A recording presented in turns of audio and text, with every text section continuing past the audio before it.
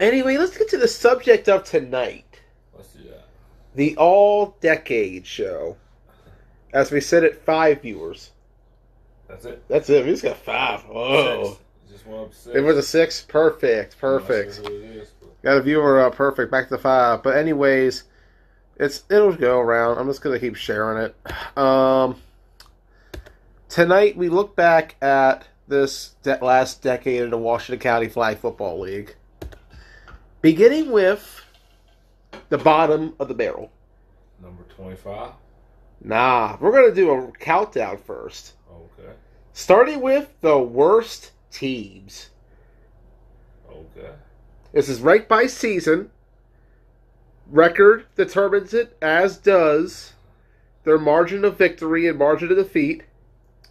So looking at it, let's take a look at the bottom 10 worst teams in this decade. Number 10, Spring 2015 Survivors, 1-7. How notorious is this team? The only win came in week 1, the first ever spring game in league history when I was playing for when I was coaching Survivors against the Nighthawks. My first and only win as a coach for Survivors. Wow. For real. And then we didn't win a single game the rest of the year. Oh, boy. We didn't come close to winning a single game the rest of the year. We had 5 quarterbacks played. Came a revolving door. Preach it to the choir, buddy. Yeah, maybe it was 3. Maybe it was 3 that season. It was 3. We had Daniel Taylor, Austin McKinney, and we had Preston Sharp, who wasn't very sharp. It was a mess. It was a disaster, and honestly, looking back at it, rough season. The spring 2015 Survivors, absolute nightmare. Scored 7 points per game, allowed 26. Finished 1-7 by the end of the season, regular season that is. 1 and done in the playoffs. Lost to Ruckus in the wild card round. Bad team, not a very good team. Yeah. Number 9, Spring 2016 Food Lion, 0-7. Don Brown's first team was outscored by a margin of 23-7. Not a very good start for Don Brown and company. So bad they forfeited their last 2 games, including playoffs. Why'd you put Survivors At 10? When they had a win? Because there were no other teams I could put in the ranking, Ross. Oh, They were the worst of the 1-loss teams. gotcha. Whereas this team was the best of the 0-win teams. The 2016 Food Lion, 0-7 overall. They would bounce back and do better in years to come, but that first season was a rough one for Don Brown and company. Yeah. Number 8, the Spring 19 Brunswick Railroaders, 0-8. Outscored by a margin of 27-8. Oof. This team did not look good until playoffs. They struggled all season. Let's be real. It wasn't until Ian Fisher got into a rhythm in playoff time that they started looking at a more competent team. Ian and the defense playing together. But before that, it was a disaster. They tried so many different quarterbacks. Didn't they play 5 against ADR at one point? They came out in 10 different formations against ADR. I've been there, done that. It was insane. I don't know what the Railroaders were doing, but it was just... It wasn't a good team. The Spring 19 Railroaders, number 8 in the countdown. 0-8 in that regular season. They had a good finish against Ruckus, but it doesn't compensate for the rest of the year. Number 7, Fall 2019 Red Knights, 0-8. Outscored by a margin of 26-5. Ugh. Not a good final season for Andy Hoffman and company. We've seen it already. We talked about it enough on Blunt Talk this season. Absolute bad final year. Hopefully, the Knights guys have found a better place to go to. We're going to pay tribute to the Red Knights, so later tonight. Speaking of red, Cap scored. Cap scored. Hey, okay. Moats is at the game. Moats is at the game. Yeah, I was trying to get him for a call in, but he's not available, unfortunately. Neither is anybody for number 6. Another team who's making their second appearance on this countdown, the Brunswick Assassins Fall 2018 squad, 0-8, outscored by a margin of 26-2. This was a rough season for Brunswick, and it showed. It went off the rails immediately when Joe Rummel tore his ACL in week 1. The offense never recovered from there. They were injury plagued that year for sure. They were just snake bit, and as a result, they finished at the very bottom of the league and just never could get anything going. Number 5 is the 2012 Underdogs, who went 0-11 for the season, outscored 35-8. Ooh, not good, not good. Don't got much info on this team, but 35-8 was how much they were outscored by. Yeah. Number 4, 2014 Survivors. Hey, 0-11, my first team. Outscored 32-2 overall. It was a bad season. I'll have more on Survivors later on, but that first season was rough. That second season we mentioned earlier, yeah, it was bad, but that first one, no. That first one, we had problems. We had big problems. And we never, ever improved. Survivors just started out well. We did get to the next season, but that first one, not a fun one. We didn't score until week 7. We played 10 different quarterbacks. It just didn't go anywhere fast. Strange mixture of guys. I'll have more on it one day, but that was an absolute bad team. Number 3 on the countdown is the fall 2016 Warriors. 0-9, outscored 32-2. Now, what makes a difference was you guys were actually outscored by .09 more than Survivors were on a technicality. So, number 3 on the countdown is the 2016 Warriors. Yeah. I remember the white T-shirts. I remember the older 40-year-old guys. Andy Hoffman saying to you to get younger as a way to get better. Yeah. My. Bad. What a rough season that was for you guys.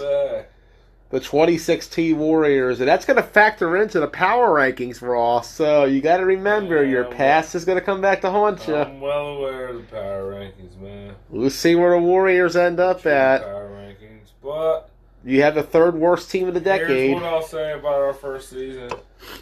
What's that? It's easier to count that we had 9 on the field if I just counted the 3 on the sideline.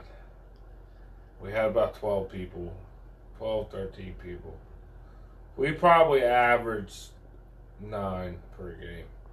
Or 9 that could play. That was it. I used to play both ways, man. Yeah. People forget. Start from the bottom. Now I'm here. Things have changed indeed for you, Ross Collins, and we'll see how those changes also factor in to the all-decade power rankings later on when we get to that. What was it, 32-2? It was 32-2, yeah.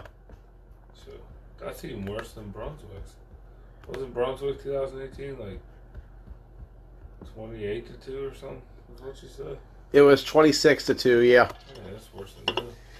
But what's worse than you guys is our next one. The 2013 Underdogs also outscored 32-2, albeit the margin was 30.37. The Underdogs 0-8 that season. Their final one, they folded right after. And being on this list twice, back-to-back seasons, it's easy to see why. Right. We'll have more on the Underdogs a little later on, though. And number 1, the worst team of the decade, the fall 2017 Brunswick Assassins, 0-8, outscored 34-1. Yeah. Minus 32.5 overall. What a rough season it was for the Assassins. Yeah, that's bad. That Brunswick team just never got on the rails. They did not score for a while. Their first game was against Broad Axe. They were just slaughtered in that one. They only dressed 9. It was a rough going. And we'll have Brian Swagger on later tonight to talk about that Brunswick Railroader squad. Or Brunswick Assassins, rather. But first, it's time, Ross, to get to the all-decade power rankings. Here we go. Now, initially I said teams who completed seasons. But then I was like, okay, let's make a number that makes sense now. We went from 20 teams to 25. Okay. Some teams were separated by history, because some guys can argue TMT and ADR are the same thing. But if you look at the core of the two teams, they're not necessarily the same thing. ADR more or less evolved from TMT on terms of the personnel that was there toward the end. You could say it evolved from it, but they're not. They're not the same. They'll be ranked separately. As will other teams. There are some who think Program and Nighthawks were the same. Not necessarily. Now, other technicalities will be ranked the same. For instance, Food Lion and Spartans are the same franchise as far as I'm concerned. There's no difference. There literally was no difference. Mayhem Misfits are separate, which that was elaborated on earlier in a conversation I had, which I can understand. They were ran differently. Different squads overall. Same thing with other teams. Brunswick Assassins and Railroaders are the same thing as far as I'm concerned. There's no difference. It's still Brunswick. They still have the same core group of guys. Yeah, you can't say that's a different team. No, it's a reboot. It's the same thing. You just changed the name. Yes. Like the Chargers moved to LA. They're still the Chargers. Yeah, they are.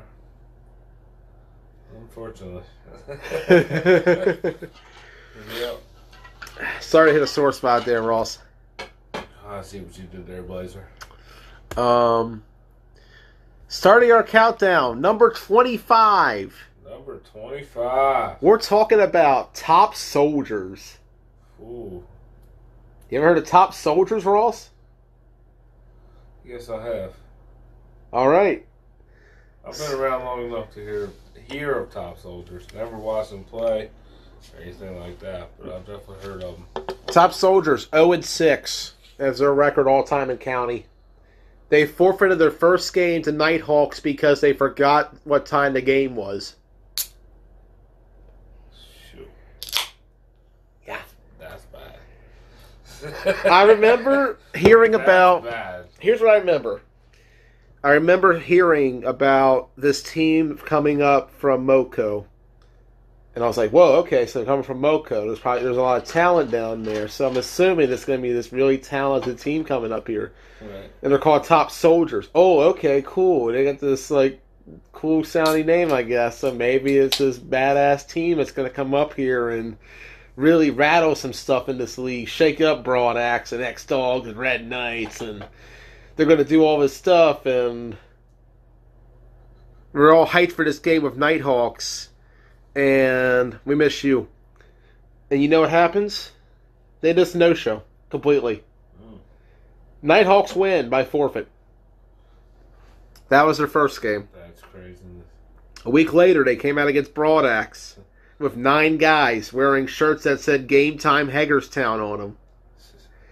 They lost 48-0. A week later, they came out and lost back-to-back to Red Knights and Ruckus 35-0.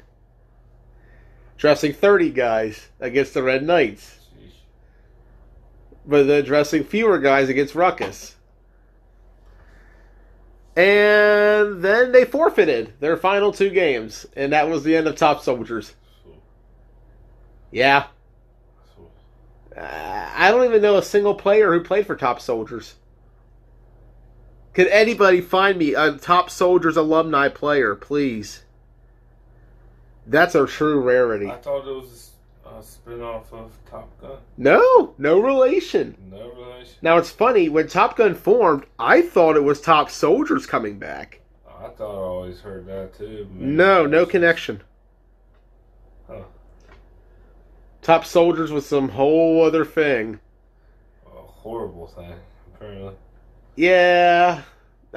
Apparently the guy's recruited from his kickball team to play for his team instead of...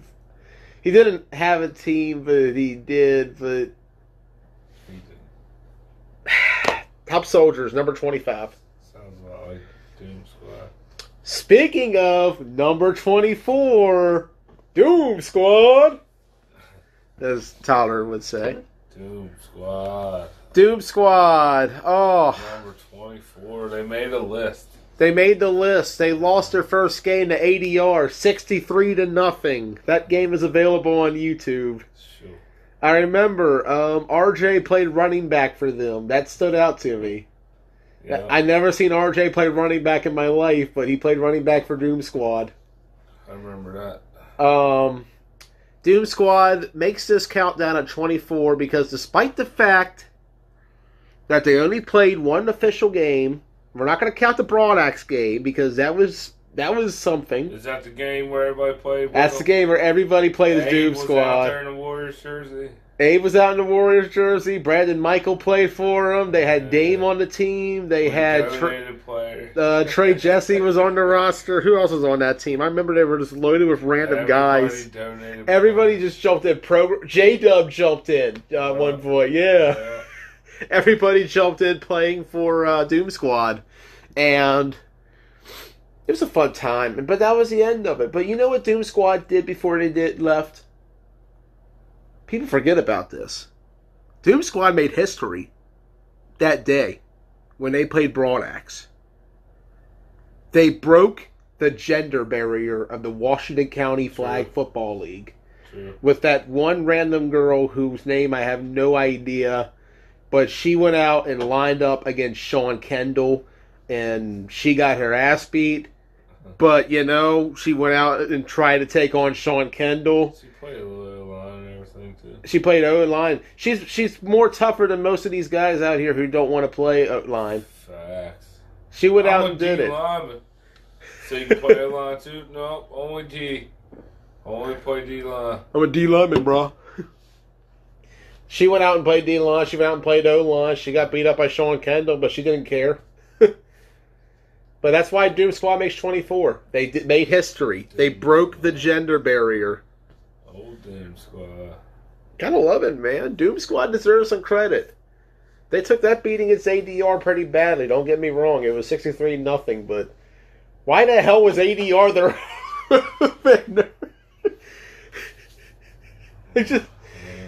I mean, I'll tell you, the Broadaxe beatdowns build character because they kept it at 32-6. ADR was like, nah, man, we're going full throttle. It's full throttle they did.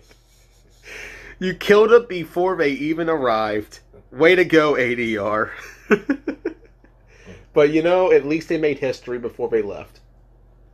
Shout out, Doom Squad. You broke the gender barrier. Somebody please find that girl from Doom Squad and get her back on a roster. She plays line better than a lot of guys up in certain leagues that I won't say. Because I ain't trying to get myself in any trouble. But I think Ross knows where I'm going with this one. True. That's true. That is a fact. But yeah, Doom Squad forfeited the rest of the season. That was it. We just kind of quietly moved on from them after that, and they were supposed to come back as Rampage. They actually made a group chat where they were saying they were going to come back as a team called Rampage. Yeah. That never happened. I don't think it's going to happen. If it does happen, great. They can't use the name Rampage. If they come out as Rampage, we're just going to... There already is a Rampage, and they are pretty good, so... They should totally come out as Rampage if they come back. You can't. Just do it, just because. Just go play for the Bees. Number 23 is a team who only gets up here because of longevity. Because they at least lasted 2 seasons. We're talking about the Underdogs. 0-19 in Washington County. Before my time. First game was a 61-6 loss to Miller Lite. They never won a single game. And as you saw, they had the 2 worst teams in the decade. 0-19 overall. They didn't really do anything, but, you know, they lasted. That's something you can't say about Doom Squad and Top Soldiers. That was Ruckus' fault. That was supposed to play us, and switch to Doom Squad. Okay, so blame Ruckus for true. Doom Squad's downfall. Thanks, too. Ruckus. You killed Doom Squad. He's right. ADR was coming out balling, too. ADR was ready. They came out like it was a circuit game. Doom Squad was doomed. I remember saying that a bunch of times. We gotta watch that. They were doomed. We gotta post that. I'm gonna post that film in the comments I was doomed for later. That game was so bad. But number 22 on the countdown is the Blackwell Bearcats. But oh yeah, underdogs 0-19. By the way, never won a single game. Final game, they lost to Storm 33-0, and that was it. Bye. No one ever heard from the underdogs again. I couldn't find anybody to call in on their behalf. I don't think anybody wants to talk about underdogs anymore. I think they're kind of a little embarrassed about what happened. Yeah, I don't blame them. It was a rough going for the underdogs. Well, no, I'm running like that. Her name was Latreia Waters. Shout out to her. Shout out to her. Yo, shout out to Latreia Waters. What's going on in here, Cuzzo? We're talking about the all-decade power rankings, man. AFN's part of this too, man. Still looking for an AFN rep if you guys want to call in for later. If we get to that. This might be a two-part episode at this rate. It's probably a two-part. We got a long list to get through. But number 22 is the Blackwell Bearcats, 2-8. First game, they lost to the Red Knights 12-0. I'll tell you who the Blackwell Bearcats were, since I couldn't find anybody to call in their behalf. Right. I know all about them. So, Bearcats was split off from Survivors. Austin McKinney and Matt Petrie left to go form their own team. Okay. Because they felt like they could do it better than us, which they were correct in retrospect. They were. Fair enough. You know why? They only had 2 wins with Bearcats. They went 2-8. You know who their only 2 wins were against? Survivors. They had Coley Jones on the team. Kendall Redmond was on the team. They had Clem Powell on the team. Bearcats were pretty loaded. The only thing they just didn't have was a quarterback. They actually had Coley playing quarterback for them against Broadaxe. The Bearcats had Coley. Bearcats had Coley, yeah. They took Coley from us. And it worked. They beat us both times, 18-10 and 13-7. Wow. Yeah. And they almost knocked off Broadaxe in the playoffs.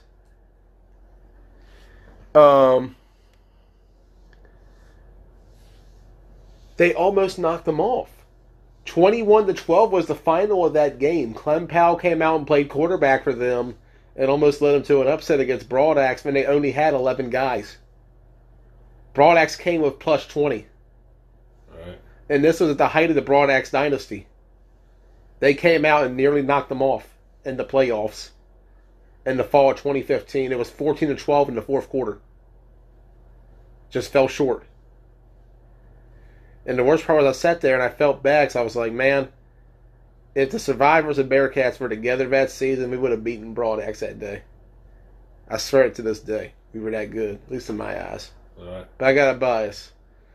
Unfortunately, Bearcats, 22nd, one season. Nobody remembers the Bearcats that well. And I'll be honest, I almost forgot about them until this morning, until when I thought about it. I was like, wait, the Bearcats were a thing too. This is before my time. Way before your time. Bearcats were awesome, man. They had nice jerseys. They had good people. I miss the Bearcats. 22nd overall. Would love to have those guys back. The core of them, they were good people. Austin, Matt, Justin. No hard feelings to any of those guys for walking away from Survivor. Same for Robert. They were great people. Love those guys a lot. They're no longer in Flag anymore, but shout out to all of them. Great guys. Love the Bearcats. Just me giving my personal sentiments to a team that I appreciated in my time playing up here. If they had Coley, I can appreciate it. Oh, yeah. Sweet lad, Coley. Hit me up. Coley was great on that team. Coley balls on every team he goes on, bro. He's a baller, dude. Even on the 2015 Survivors, he led the team in offense. Point blank period, Coley's a baller. You can do it on both sides of the ball, too. Yeah, big facts. Baller status. Big facts. Much dank or whatever the fuck he always plays. Something like Snoop that. Dogg Mustang. But anyways, Ross. Yeah, moving on. Moving on What to number are we on, Blazer? 21. 21. The Brunswick Assassins / Railroaders. All right. I say that because Brunswick is Brunswick no matter if it's an assassinator or a derailer that Kenny Dieter makes, which, Kenny, I don't know if you're watching or not, but if you are, where are the derailers at? But Brunswick is 21. I still haven't even had a derailer. And speaking of Brunswick, let's talk to the man himself who founded the Railroaders, 21. Whoa. Swagger. Mr. Brian Swagger. Brian, tell me about the Brunswick Assassins / Railroaders, how you got to be in 9-man and how the Railroaders came to be. Oh, it's everybody's favorite player, R.J. Hilliard, right? RJ3. RJ3. So, yeah, I had taken RJ and I. We actually had teams when we were like in our 20s together, and we had dominated in some places down in Eldersburg and then up in Frederick. We won some championships, believe it or not. And then RJ, I think, played some semi-pro, and from semi-pro, I think there was a connection with the Flag Football League, and RJ got picked up by the Boonesboro Warriors. Yeah. And did that for a year or so, and then day before scrimmage, he gave me a call and said, "Hey, these Warrior guys are looking for some players," and it had been about 10 years since I played, and I didn't know what I was getting into, and boy, it's really grown by leaps and bounds. You know, we had Brunswick Assassins flag football, and then we had Brunswick High School alumni, and now we have Brunswick Railroader semi-pro. So huge shout out to RJ and to Keith, and me. Really love where I'm at right now. Ross says he wants a shout out too for helping Brunswick assist. He did, absolutely. Ross and Keith and Dayhoff, all those guys. When they welcomed a couple Brunswick guys into Boonesboro or with the Warriors, they welcomed us with open arms, and we still have friendships to this day. And now Ross is going to get the chance to come over to the Brunswick side. Is this true, Ross? Are you ready to go to the Brunswick side? Because I know that a lot of what you do in 9-man, Brian, for the Railroaders is to help prep for semi-pro. Yeah, that's correct. You know, we take a lot of pride being from Brunswick, and sometimes we only pull from the town of Brunswick, and I don't think the town of Brunswick makes the best flag football players. We make pretty good baseball players. We make pretty good full contact football players, but I don't know if we don't make those 4-3, 4-4 guys that you need in flag. So we struggle, but hey, I don't know. After Thanksgiving weekend, I grew a much bigger appreciation for Timmy Privet and Eric Jones out there at flag football. Yeah, if we can only have 2 more of those guys, we might be in the A bracket. So I don't know. We're recruiting this off season, and you know, people know that we've kind of turned the corner a little bit, and we got the ship righted, and you know, spring flag is going to be a very good tune-up for fall semi-pro. We have Joe Rummel he'll be elevated to starting quarterback, QB1, for this spring session coming up in Washington County flag football, and that's to prepare for semi-pro football coming up in April or May practice, and then games are in late summer. I like it too. Joe showed a lot of flash in that first game against Broadaxe last fall, and it's a shame the injury happened. But before he was doing that, he looked like he could ball for you guys. He in one series, 2 series, I guess. Broadaxe got the ball first. We intercepted Broadaxe. We turned it over to Joe. I think first or second play, he had a first down. On his second drive, on a second series, he ran for a first down, and then we know the injury happened. And Joe was behind Ian this season, and he he waited out his time, and now Ian's moving on, and we have Joe, and we're real excited to have Joe. He's earned this opportunity, and I cannot wait till we start practicing in January, February to see Joe sling that ball and take control of that huddle. He'll do a fantastic job. Ironically, I was talking to T.J. Williams on the phone tonight for about 30 minutes, and he couldn't say enough great things about Joe. So, yeah, I think the league will be in for a treat with Joe. Quarterback play is always put under the microscope, and Joe will impress people. He's got a good arm. Good arm. I think so. I think he's going to stick out a lot, and that's something we're going to discuss once we get to spring in 2020. We're really excited for what the Brunswick Railroaders have to offer. You guys have had a rough go so far, as mentioned. Your first game, not a good start, Brian, against Broad Axe, fall 2017. Memories of that battle? Yeah, I remember showing up at our first game, and two or three things stand out. Three things stand out. Number one, RJ was our starting quarterback. He was the co-owner of the team, and right before the game, he had a flat tire basically at the Charlestown horse race track. And right before the game, I had to drive down and pick him up, and we barely made the first game. And apparently, while RJ and I weren't there, who was our guy? I just drew a blank. We picked up a free agent, and he ran his mouth to Broad Axe saying we were going to beat their ass, and Broad Axe took that to heart and beat our ass. First mistake.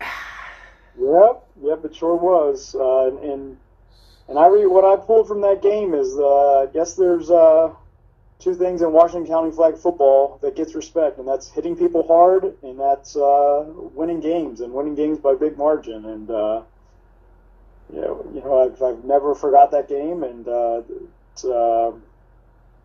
don't know. Every time I go to the game now, I always remember that Broad Axe game, and I remember when teams laid it on us, and if we lay it on somebody else, that's the nature of the beast.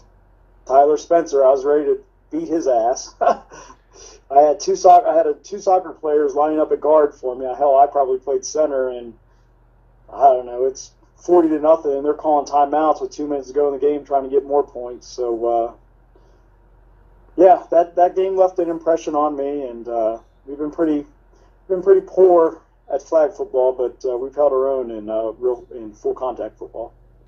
Yeah, and we'll see how you fare next year in both sports, as you guys will be doing 9-man flag in the spring, and you'll be doing 11-man in the summer. Now the question becomes, do you guys play the fall too? Joey, I won't. Personally, I will not. Gotcha. So it's a two-headed question. Running the semi-pro football, that's going to be an all-day affair for me. I mean, just think of a football game, and I'm kind of in charge of everything from first down markers to yard markers to camera setup and who knows what, admissions, and so yeah, I'm not going to be able to play both in the fall. I did play both this past fall, and that worked. I once had a doubleheader in flag, and then I had a semi-pro game, and I logged 15 miles. I logged 15 miles on my leg on my Fitbit. So pretty cool. Definitely for 45, I'm in pretty good shape. And anybody that does flag and semi-pro at the same time, you will get in great shape too. But that'll be up to like Beachley. We're gonna have a lot of guys doing that. What's that? For the look at that roster, seems like a lot of guys might be doing that next fall, Swagger. Yeah, I think we're straight though. Like I said, I'm pretty excited. We had 5 or 6 of us that played both on Saturdays. Everybody from Aubrey Shores to Nick Madel, Jonathan Smothers, Tony Craven, Timmy Privet. We were some tired boys come midnight on Saturday night, but it's great. It was awesome. I've never felt this healthy in my life. So there'll be an opportunity for Brunswick flag in the fall of 2020, but I probably won't be able to do it. But we'll see. But we're definitely going to be there in the spring. We'll use that as a tune-up for semi-pro football and get Joe some reps, and we get some guys coming on board for semi-pro that will probably work into full contact flag, and we're excited. March and April can't get here soon enough. Tell me, how excited were you when you got your first ever win back on April 22nd, my 27th birthday, against Top Gun? You guys beat them 22-6. Memories of that win? I remember you eating the cake because you needed food. That cake was great. I remember our defense played outstanding. It's so weird. I know we've been one of the worst teams in Washington County flag football, and I can say 100% honest, the first 2 or 3 seasons we had an outstanding defense. We really did. You can go back and look at the stats. And we had a lousy offense. And then we transitioned to this year. We had an outstanding offense. We were scoring 21, 28 points a game towards the end there with Ian. And our defense was taking some games on the chin. So we just can't pair it up right. But from that Top Gun victory, I remember our defense. I remember the safety in the end zone. And it felt good. And I remember Kenny brought his Assassinator, and that was the first time we got to drink an Assassinator. And I love the Assassinator. I missed that drink. It was good. And to take it one step forward, I know Brunswick had a little bit of a rough season this fall. I'm sorry, this where we're at now. Yeah, the fall. But the Washington County Flag Football League overall was very balanced. It was definitely any given Saturday, and I think that's good for the league. I'm sure you like to have people, go undefeated, whatever. But from top to bottom, we beat ADR. I know they were shorthanded, but we still beat them. And that was your all's best victory, arguably, was that ADR win, because that put you guys on the map. Yeah. That showed Brunswick had arrived. Yeah, I mean, you guys weren't taking shit anymore. You're coming out there ready to punch them in the mouth. Yeah, we play. If you remember right, Joey, we played them quite well the year before. 19-6. It was a close game up there in Greencastle, and we were about our third or fourth string quarterback in that game, and we ran our Maryland eye, and it really gave them fits. And we had a couple touchdowns called back on penalties. Timmy Privet had a flag guard at midfield, and we had a bad holding call. I mean, they were legitimate penalties. There were mistakes by our offense, but we beat ADR, but I'm not.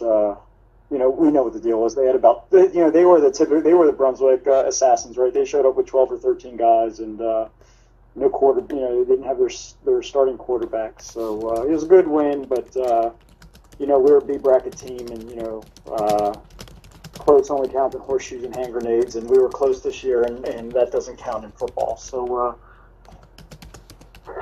it is what it is. I'm not nothing to brag about beating ADR, but it was nice. It was great. Whatever. Yeah, and you guys have a lot of good days to come. While Brunswick will finish 21st in this decade, they have potential to be a lot higher in this next decade if you guys choose to continue to play flag as time goes along. I mean, there's a lot of potential there. There's a nice young core to go, there's a nice older core there.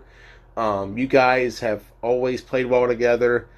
I personally am excited for what you guys can do on the field, and while this decade didn't really show how good Brunswick was toward the end overall, you finished it very strongly, considering where you were 3 times in the bottom 10 rankings for worst teams.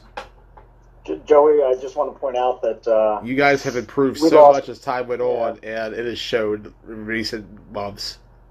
We lost 5 games this last season by less than 5. We lost 5 games by 5 points or less. We lost one noticed. by 5, 1 by 4, 1 by 3, and 2 by 2. And it's just like, what, and I said this in the beginning of the season when everybody was picking Cleveland Browns to win the Super Bowl. I said, guys, you ain't going to lose for 40 years and go to the Super Bowl. It don't happen like that. And even with a guy like Ian Fisher and Aaron Reese at left tackle, there still is that, you still have to climb over that mental block of, if it can go wrong, it went wrong for us. And instead of making things go wrong, you got to make things go right. And I just learned a lot as a person and as a football player. And I was disappointed we didn't finish higher, but at the same time, I realized what we did. We made strides. Ian reminded us that of every week. I'd be down like, man, we had this team scouted, we matched up well with them, and we came up, a PAT short or a touchdown short. And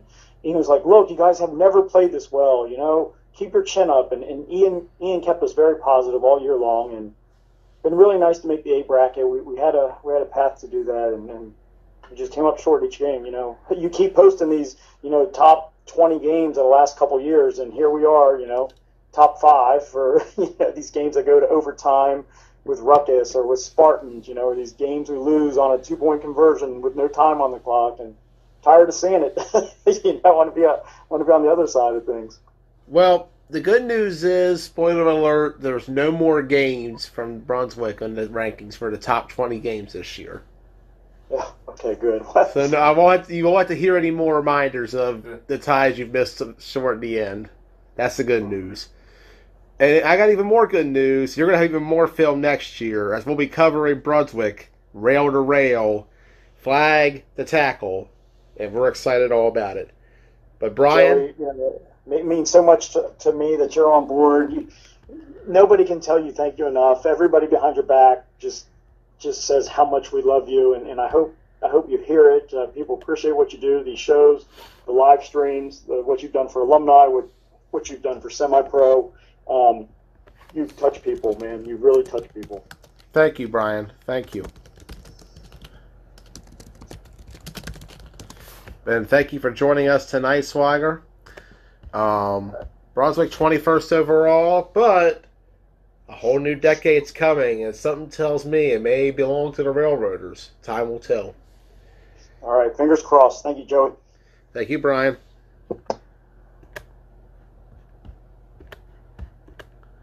Some facet or another. Could be a tackle. Could be a flag. True that. We'll see. A lot of good things going on for Brunswick. But 21st is where I'll put them at.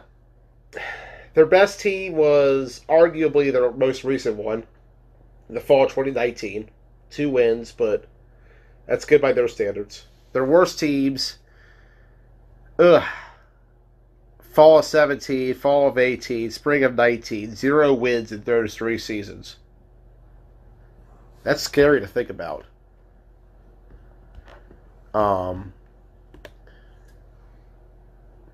So now we look at number 20 on the countdown. Number 20 on our list is a team that I am very familiar with. Very, very familiar with. We're talking about the Survivors. The Survivors were 7-52 overall in the WCFFL. Their first game was a 32-6 loss to Miller Lite in the fall of 14. How bad was that game, Ross? Ooh. We dressed 6 guys who were 17 years old. Sure. Yeah. Our starting quarterback was Nick Knight. That's so... Sure. He got wiped out on a kick return by a broad axe defender, and he looked up at us and yelled out, "Why didn't you tell me he was coming?" Oh, boy. After Nick didn't do anything, we put in RJ. And he did a little bit. He did well, 4-6 passing. Let me mute my sounds again. Dude, I hate my laptop sometimes. It ain't gonna go away. Oh well. Fixed it. Anywho, it was a mess. We lost 32-6, but we did score a touchdown on Broad Axe. True that. And then our first ever win was the first ever spring game in the WCFFL, 10-6 over the Nighthawks. Only one postseason victory all time for Survivors, 34-6 against the Warriors in the fall of 16. You remember that game?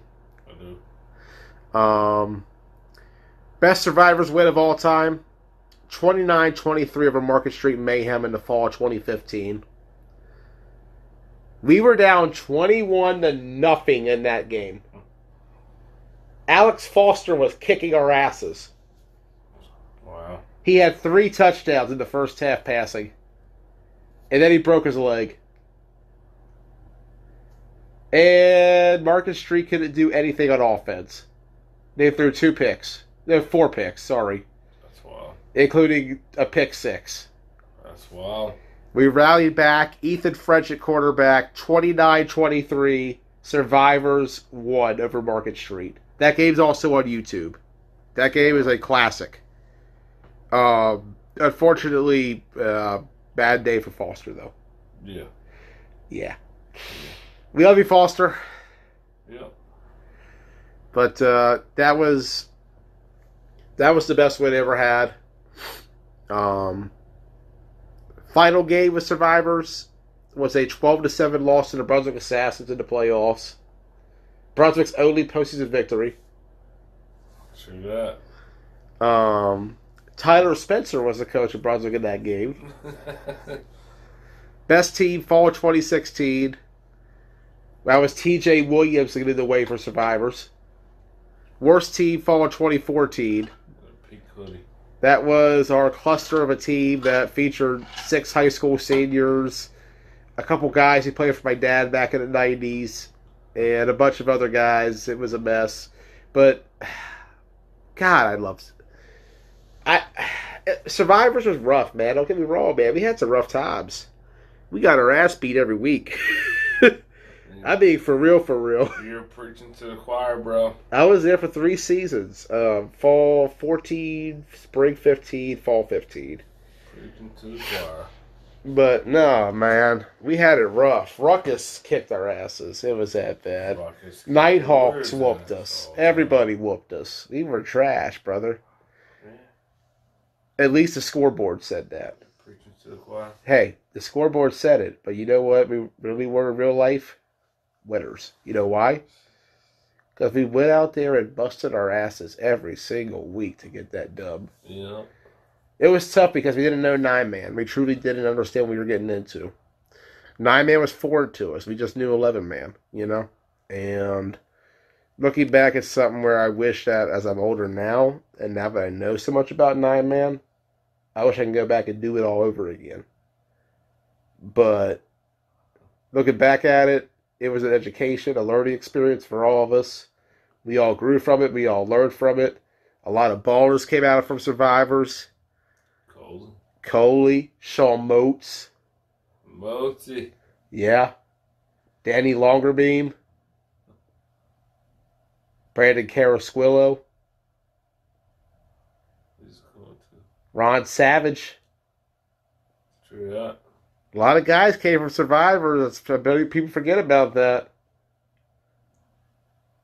And I'll tell you, Daniel Taylor always built a great team to put in this league. On terms of recruits. He always had the talent on his team. And it's shown by the guys who are still in this league who played on Survivors. At one point in time. They just couldn't put the results together on the field, but they definitely had the talent. Just couldn't put the results together, and that's what keeps Survivors at number 20 overall. All love, though. They were my team. I helped find them. The name comes from me. I pitched it. But number 20 is what I'm going to go with. Number 19 on our countdown is the PG Hitmen. Who are the PG Hitmen, Ross, you wonder? Yeah, before my time. Way before your time. In fact, they originated back in the late 90s as Gold's Gym. Oh. And you know who played for him? Don Brown. Don Brown, who told me earlier he has a highlight tape. Could we find a gold mine here? Hey, I'd watch it. But the PG Hitmen, 6 and 17 in this decade. They were more prominent in the 2000s. A lot more prominent. In fact, they were the first team from our league on YouTube. In fact, their first video was uploaded in 2007. That predates Survivors by 7 years. That predates our live stream by a full decade. True that. Before there was live streams, there were the PG Hitmen, and they certainly made it seem like they won every single game, no matter how bad they lost. Final game was a 34-31 loss to Miller Lite in the fall 2012 semifinals. Team folded in the 2012 season. Some of its members went to Storm. Storm was number 18 in our countdown, 4-5. First game ever was a 40-0 loss to Miller Lite. Oof. First win, however, came against the Red Knights, 38-30. Final game was in the league semifinals, a 41-0 loss to Miller Lite. The team folded at the end of the 2013 season with some of its members forming the Nighthawks. And at this time, allow us to welcome in a man who played for both Storm and the Hitmen. I'm talking about everyone's favorite kicker, Tim Miller. Welcome to the show. What's going on, Joey? Tim, how you doing, man? Oh, I'm great, man. I'm great. I've never been better. Awesome, man. Awesome. Now tell me, PG Hitmen and Storm, you were on both of those squads. Can you tell me how you first got to them? Starting with PG Hitmen, of course. Okay. PG Hitmen, I originally was not going to play for. I was with Miller Lite at the time. And Dave Wadsworth is a very, very rich man, and I sold out. He told me he would pay my Storm fees. You got to pay to play semi-pro. So he said he would cover all my fees for that, and he'd pay my health insurance, and he'd cover all my gas, and he bought me beer as well. Oh wow! Okay, so he gave you the package deal.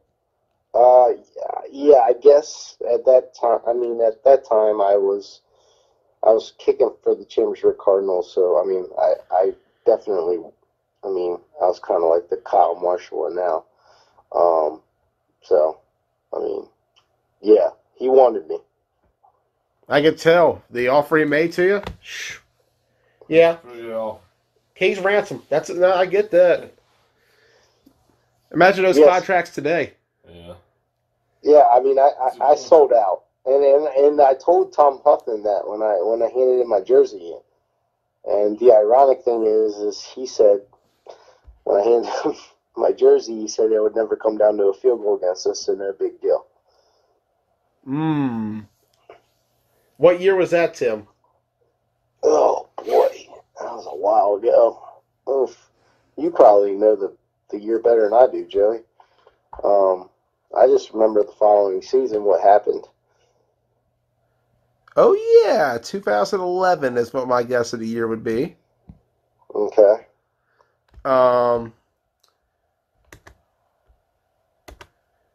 But let's talk about that 2012 game, that fall semifinals, Miller Lite, PG Hitmen. Did you guys know that was going to be the end of the Hitmen that day? It actually wasn't the end of the Hitmen. Really? At least in the WCFFL. No. You're right. It was the end of Dave Wadsworth. We continued for 2 more seasons under the Storm. You're right. We did know that. Dave warned us. He said it was his last year. His wife didn't want him spending so much time doing this flag football thing. So you're right. I forgot about that. Dave was pissed after that forward lateral. I've never seen him so pissed. What went down on that play? Now I understand. Didn't you take the lead on a field goal or something prior to it? Is that how it went? It was 21-0 at halftime. Our coach for the Storm, Andrew Capuano, just ripped our shit. Like, y'all want to... I mean, there were players on the team that were so talented that they could have played pro overseas. But, I mean, he's just ripping them. You can't even fucking beat this team. And you want to go pro? Like, I mean, no, he got real. And everybody got serious at that point. Frank Carter for Adrenaline Rush, he could tell you. I mean, Cap got real.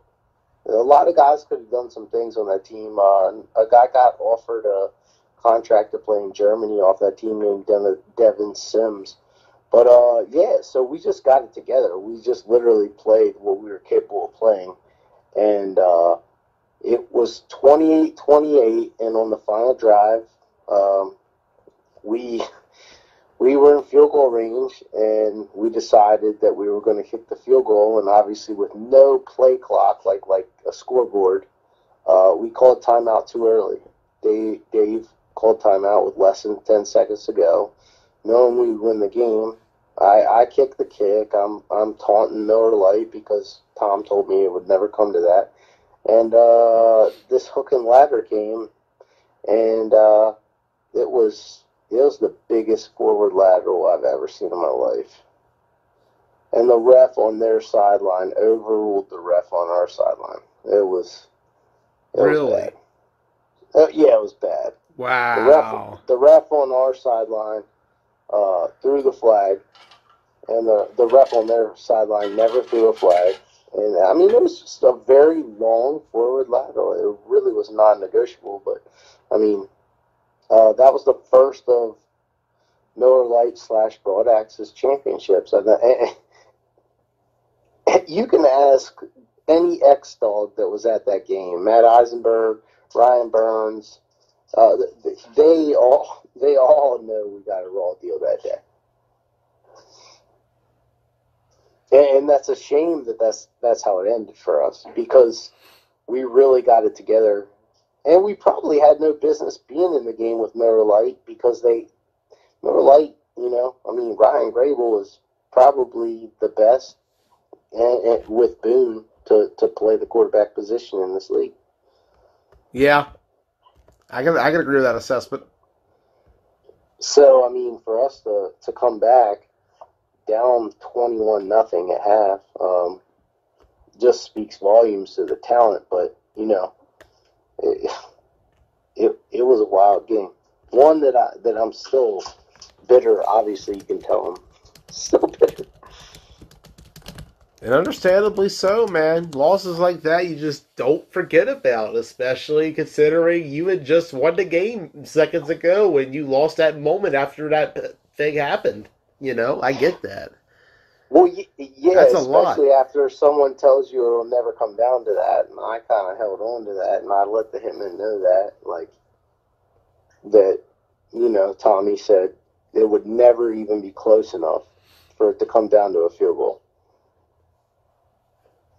Because, I mean, like I said, I admittedly sold out, which is generally frowned upon, but, I mean, I don't think anybody's going to argue with you that you offer me beer, gas, and health insurance, and pay my team dues.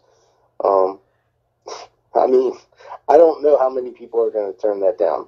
No, that's a sweet deal. I mean, you would have turned it down, would you, Ross? Nope. And honestly, there's a saying. It's not selling out, it's called buying in. I like the way you say that. And the next season, Tim, you and a couple other guys from I blanked on that. Hitmen, sorry. I kept saying Tri-State in my head, and I was like, no, it's not Tri-State, it's PG. Everybody from Hitman went to Storm to form Bat Squad the next season. As mentioned earlier, first game, not so much of a good start against Miller Lite, 40-0. What are your memories of playing on Storm? I was very spotty showing up. My backup was David Savage. I don't know if you guys have heard of him. I remember Savage from Nighthawks. Yeah. He got left at Virginia Beach the 1 year. I remember that story. We sent him to the Red Knights, ironically, in a tournament where they could have won the Hagerstown tournament, and he missed it, and somehow we got waxed by the team that the Knights should have beat in the championship. But no, my memory with the Storm in the Flag League, I had just got promoted, and I showed up when I could. And then I do remember this. I missed a kick, and David Savage said, yes, I told you I was better, and we cut him. Oh, wow. Just like that? Just like that. Andrew Capuano said, "Get the fuck off my sideline." Damn. Well, you can't be like that, because I could back up Kyle. I mean, I'm mature enough to. You got to be mature enough to know that. And I could back up. I could back up Jeremy from Ruckus. Rupert. Rupert. Yeah, I mean, like, there's kickers that could be better, or you're close with, and then that's what you do.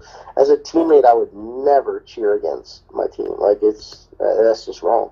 Right. So what happened with Storm? Why did it not last so long?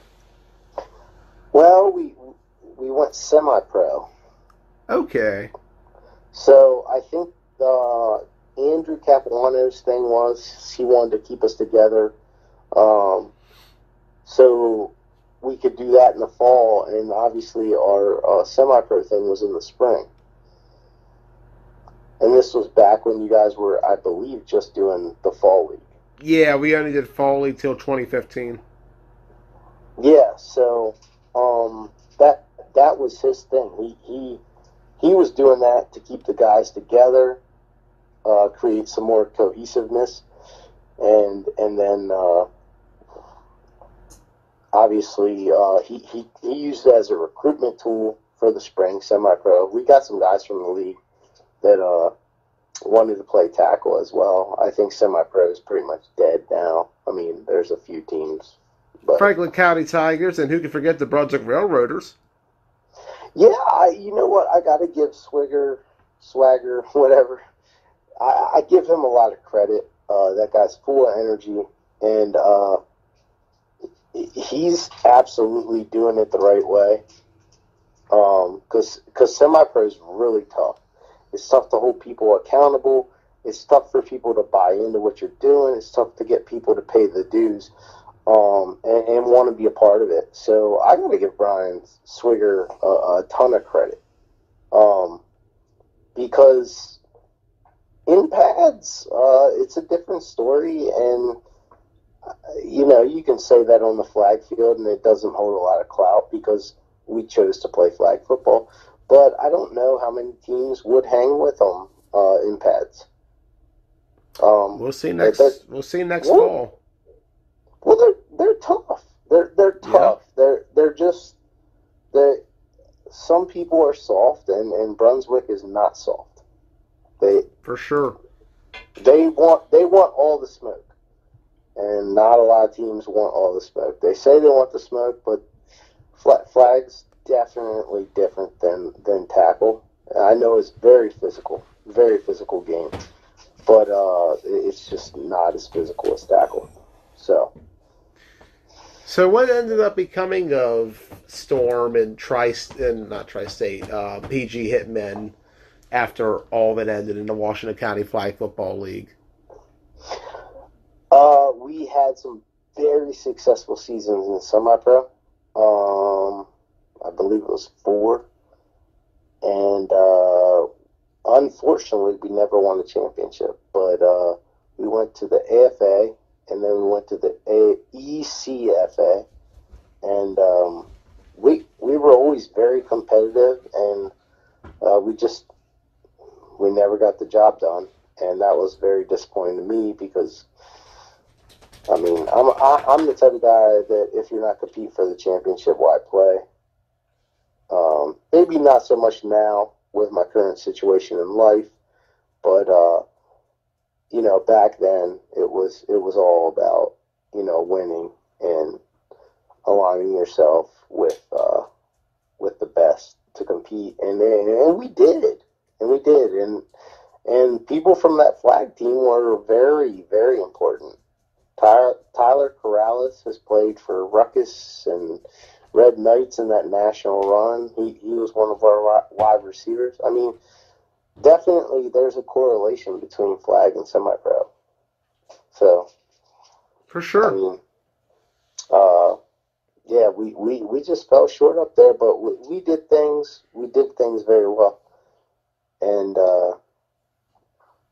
I really really like the fact that some flag players take the jump to play, tackle. Like Zeke with the Tigers, and I think his cousin with the Tigers. I encourage anyone who wants to play tackle to go play with the Tigers. Like, honestly, it's different than flag, but I mean, it's more physical. I don't want anybody to get hurt, but it's worth the gamble, in my opinion. Right. Well, Tim, thank you for joining us once again. We're glad to have you back in the WCFFL. Big shout out to both the Hitmen and Storm. Two teams I'll never forget, especially the Hitmen. You can find all their games on YouTube from that time period. Well, Dave Wadsworth was obsessed with that stuff. But I appreciate you having me on the show, and go Spartans. I'll be back in the spring, and hopefully we do some big things. So I appreciate it. All right, and we appreciate you. All right, take care. You too. Tim Miller joining us. Thank you for joining us, Tim. Getting some insight on PG Hitman and Storm, as well as what ended up becoming of them. Interesting how Storm and the Railroaders, similar ideas there. Semi-pro, flag. Mm-hmm. See how they end up faring as time goes on. Going back to the list now, at number 17 is the mighty / West Virginia Ducks. 10-19 overall. First game was an 18-7 loss to the program in the spring of 16. First win came 28-0 of a ruckus in the spring of 16. However, their best day came in 2017, May 21st. Why was that day so important, Ross? That was the day the Ducks defeated Too Much Talent, 27-21. That's it. That was the day TMT knocked off undefeated Ruckus. That was the day live streaming was born. And for the Ducks, it was their best win. Why? Because TMT had taken Coley. They took Josh Wheeler. They ran off with him. They were from the Ducks. And coming into that game, we came in with a gritty, tough squad to try to get to the A bracket. We went in there. We played TMT tough. We got pressure on Jacob Mitchell. Got him flustered. Offensively, Keaton Pooler put on the game of his life with Jazz Harrison and Thad Jones playing receiver. That game was a classic from start to finish. West Virginia Ducks came through 27-21. And I'll tell you, as a former player for the Ducks, I miss those guys, man. Good times. The Ducks were a good time. That was when I played flag football for a short period of time. And that game with TMT was actually the last win. That was it. We lost the final two games, including 18-16, the Top Gun of the Spring 17 B bracket semifinals. That spring team was our best team. Our worst team was our prior two, which only had 3 wins. We had 4 wins that spring. We were so close to making A. We lost 3 games by less than a touchdown. That close. We just couldn't finish. And unfortunately, that's what really killed us in the end. The next season, once again, lack of commitment came up. Ducks had no players who were committed to playing, so Danny folded the team, and that was it. The Ducks make the countdown because they went 10-19. I mean, it's something. It's a better record than most of them have. 10 wins overall, decent winning percentage in comparison. But they just could never get past the hump into the A bracket.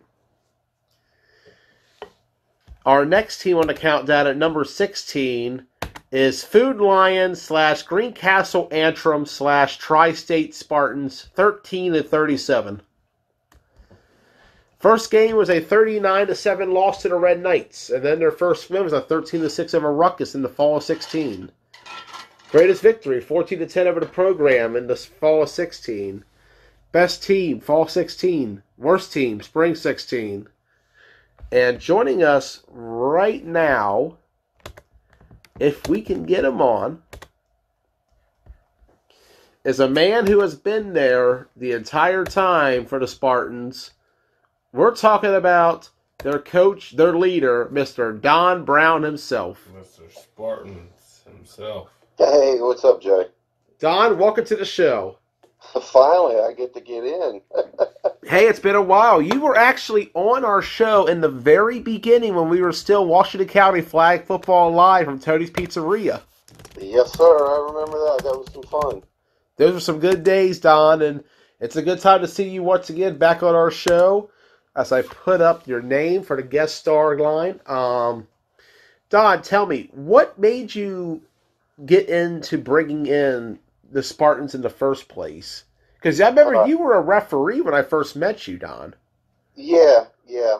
Actually, before I get into that, Joe, I just want to take a minute to say thank you for all that you do. Thank you. You definitely have helped the league grow, and your broadcasting skills alone have improved twofold. So, kudos to you and keep going. Thank you, sir. Thank you. I really appreciate that. Absolutely, sir. Now back to your question. What was that again? I understand you've been a player in the Washington County Flag Football League 20 years ago at Gold's Gym. Talk to me about the transition going from being a player on Gold's Gym to being a referee and eventually starting the Spartans. All right. Well, once upon a time, 100 years ago, I was working out at Gold's Gym and doing my thing, and I saw a flyer up there about needing football players. So I initially tried out to be a linebacker. Well, apparently I wasn't good enough for that squad at linebacker. They told me I could play DN, and I said, okay, I don't care.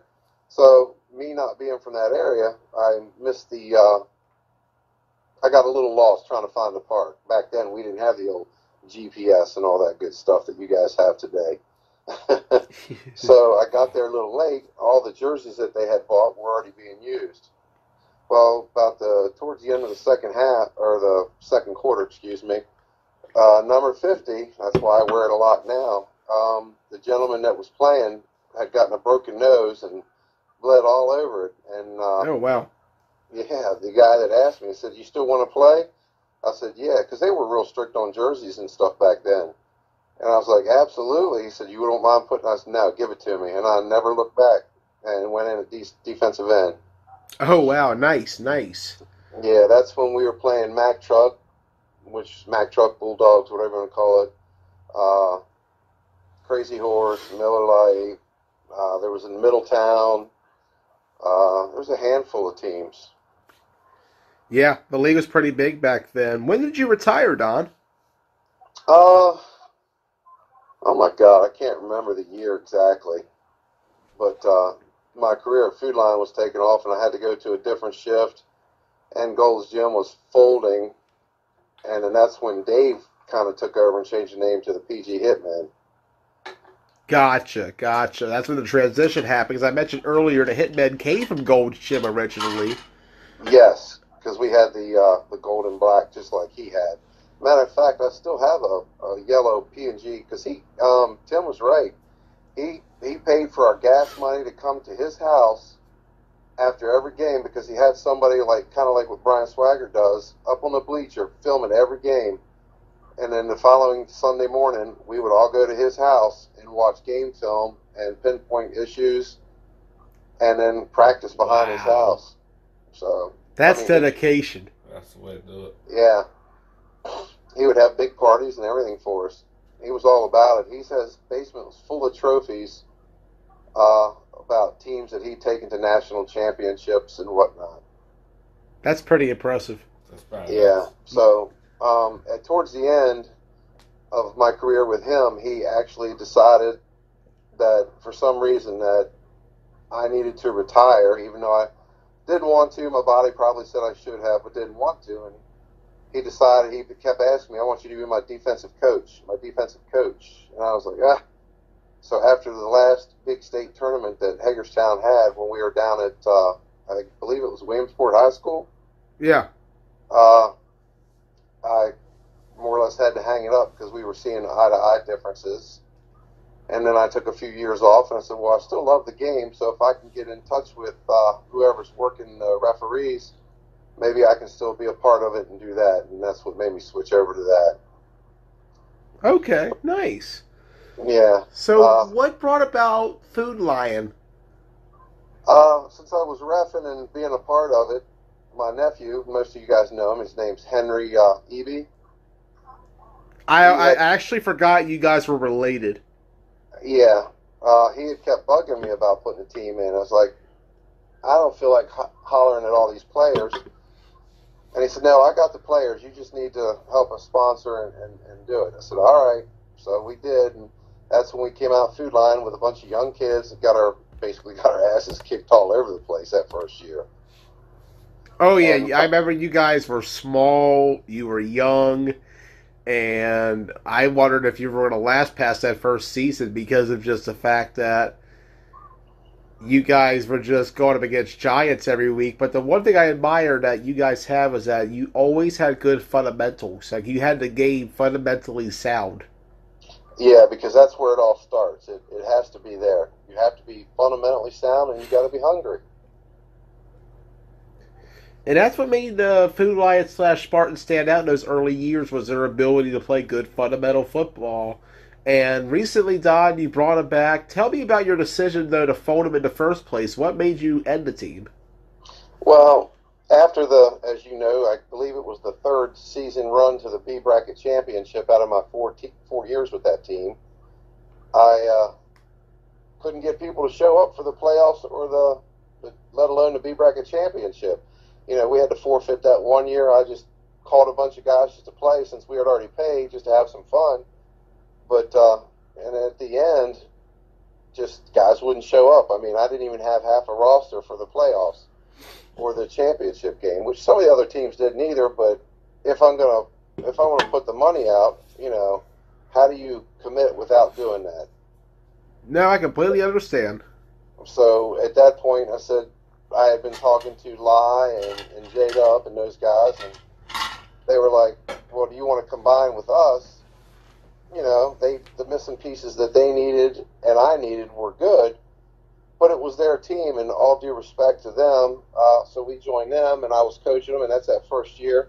Not to take all the credit or anything, but that's the first year that I started working with them, and they made it to the finals, the A bracket final game, I believe. Semis in that spring. AFN cut him just short. Yes. Thank you. I was told that if I wanted to referee, I couldn't be affiliated with a team. So I had to back off and let them guys know. And then they still kept going, but I tried to give them advice when I could. So what made you decide to bring back the Spartans, though, after a year off? Okay, well, after those couple years off officiating and whatnot, catching all the grief that we do catch,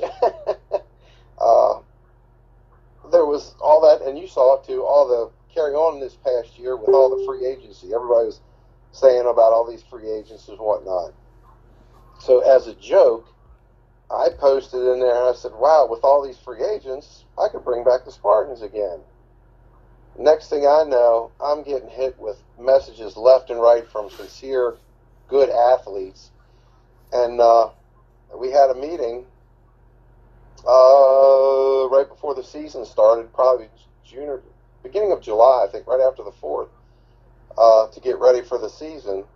And I had a meeting. I said, if I'm going to foot the bill, all I expect is everybody to show up for practice. Well, next thing I know, I got enough guys at practice to run both ways, and plenty of guys set aside filling in as we watch and run plays and walkthroughs and things of that nature. And I was like, okay. And at that time, I wasn't even sure we were going to have a team, because I told him up until it was the last minute, and you can ask Tom, I waited till the last minute to give him, the league fee, and we decided to run with it. I mean, you've seen the talent that I had last year. We slacked a little bit O-line, but the guys that were there were doing a hell of a job. So I said, okay, let's roll with it. And so roll with it you have. Huh? And roll with it you have, as the Spartans have made a comeback in this past year. Really excited to see where this team is going forward. What is the future for the Spartans, Don? We are going to stay the name the Spartans, as you so Good decision. Yeah, we picked up your edition, Tri-State Spartans. That's what we're going to be. The colors are going to change. Well, I'll tell you what. I'll give you our base color. I just kind of want to keep it on the lowdown. But our base color is going to be forest green, like a dark green. Unique. We haven't seen green in a while in our league. No. And I'm going to have another color for obviously the numbers and whatnot. So that'll be our base color, forest green. I'm in the middle of conversations with duffel bags for the players with their numbers on them and things like that. Nice. Costs like that together. Don's building a brand. That's what we're going to try to do. I mean, we picked up some additions from Baltimore and some other places. Another great corner to replace a corner that can't come back because he's playing semi-pro. I picked up a big center that's going to compete at starting center with Riccio. They're both very good linemen. Either way, they're going to complement each other. Riccio is a hell of a lineman, let me tell you. Oh, yeah. I mean, to be honest with you, in the trenches, the two guys that stand out the most are him and Marquise. The most unselfish players in the whole team. I mean, they stepped up to get out of position. Marquise was going both ways, doing whatever it took to fill in and sucking it up and still getting sacks. So, if I can get Marquise back on defense, he'll be more of a beast in the middle like he's initially supposed to be. For sure, for sure.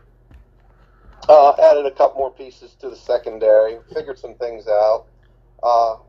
As much as Joe liked to say we, had the no-fly zone, I think once we figure some things out, there was some issues with play calling that I threw in from the side, and guys weren't switching like they were supposed to, communication issues and whatnot. Nobody's fault in particular. We get some of those things worked out, I think we'll give it a run this year. I mean, in which league, though, Don? Huh? In which league, though? That's the other thing I got to talk to you about. That we're gonna try to do, from what everybody's saying, because I'm spending money on a lot of new jerseys and whatnot. They want to do both leagues, the KFL and Washington County. So I told them they're going to have to help put up a lot of money to do the KFL to help support that. But other than that, we'll do both. And I think that'll help us grow as a unit all the way around. And we look forward to seeing how that goes for the Tri-State Spartans. Hopefully you guys get a chance to play the Keystone Spartans along the way. That's a matchup we need to still see. That won't be a matchup, Joey. Sad day. You can take this to the bank. I mean, I officiated up there, and I watched, other than the X-Dogs, the Bees, and the Misfits, really not a lot. They're more like weekend warrior type guys as far as I'm concerned. But those other three teams that I aforementioned are the base for that league. So, I mean, I don't know if, what's that team that played in the Chiller from York? Gusto Land. Yes, I don't know if they'll come over there or if there's any more teams being added. Well, let's just say this. Rumor has it Gusto Land is looking for a league this spring. To what? They're looking for a league this spring. Oh. Well, hopefully they'll either go KFL or county. They know about both, so maybe they could do both. Who knows? That would be sweet. They got a lot of York talent. Yes, they're actually a very good team, I think. Oh yeah, they looked really good against Misfits. That was a classic game. Yes, it was. But out of 5 seasons coaching and running a team, and 4 I made it to the B bracket championship. Let's just say I need to shake this Marv Levy thing hanging over my head. I didn't want to say it. I didn't want to make the comparison, but no, that's the whole thing that stays in my head. I am planning to bypass the B bracket and get to the A bracket finals. Is that the goal for 2020? It absolutely is, sir. And I'm getting a lot of buy-in from my team, my guys. Actually, as I'm sitting here talking to you, I'm getting messages coming through from half of them about this, that, and the other. Competition for positions. Because I've told them all, no position is safe. If you're not doing what you're supposed to be, or if it's a mismatch, I'm going to pull you and put somebody else in. I don't care if it's in the trenches, in the secondary, in the receiving corps. The only position right now that's actually safe for me is my QB, Keenan. A lot of people make comments, which I'm not going to get into, but he's very, very football IQ. The only thing I got to get him to do is quit going for the home run every time. Put the ball on his talented people and let them do some of the work. He doesn't have to take it all on his shoulders. But other than that, my man KP he's a beast. I mean, you saw him run down and give that stiff arm with a bad wheel and knock that guy 5 or 6 yards. Absolutely. The Brunswick game. Polar's a monster. He beat TMT back in the day. We mentioned that earlier when I was talking about the Ducks. Yes. Yeah, he's awesome. A lot of these guys that I've met and got closer to are like my second family. I love every one of them. And I'm sure they love you too, Don. Well, we're going to put it together. As soon as we win this county or KFFL, then we're going to start trying to hit the circuit. Circuit? Yes, sir. But I told them, I said, we got to win at home before we can hit the circuit. So if we win at home, then we're going to hit the circuit. Big plans. I like it. I like yes, sir. it. Absolutely. I like it. But anyways, Don, thank you for joining us tonight. Absolutely, sir. Thank you for having me on. I'm glad we could finally connect. Yes, sir. And we'll see how things go for you in the spring. But for now, the Spartans will finish out the decade, number 16 overall in the power rankings. But we'll see what the 20s have in store for the Tri-State Spartans. All right. Thank you, Joe. Hey, in case I don't see or hear from you guys, we're also over there being quiet. Hey, you guys have a merry, blessed Christmas and a safe and happy New Year. Same to you, Don. Right back at you, Don. All right, man. Good night. Good night, Don. Don Brown joining us. Moving on to our countdown. And it looks like, Ross, this is about to be a two-parter. Yeah, that's what I think. Yeah. I think number 16 is a good stop. We're going to stop at 5th. We're going to actually we're going to go through halfway through this because there's no guest calls until we get to number 12. Okay. So we're going to stop at 12 for tonight. Let's get to 15, however. Number 15, Mayhem. You remember Mayhem? Mm-hmm. 6-4? Back in 2018? Yep. Good times. First ever win for Mayhem. 23-6 over Warriors. That was the first ever win. Remember that? Coley Jones picked off John Shome in the end zone? Yep. When he was about to tie it up? Yep. Oh, what a classic. The best victory, though, Mayhem started out pretty hot. They split off from AFN. Yep. Regan and company went and formed their own team. They started out good. They were 4-0. They actually beat Broadaxe. They were the number one team in the power rankings. Tay Sosa was an MVP candidate. True. They were hot in that first month, and then AFN punched them in the mouth. The affiliates beat them. And Mayhem just didn't recover after that. However, they did score their best victory over Broadaxe 18-7 in a wild card round.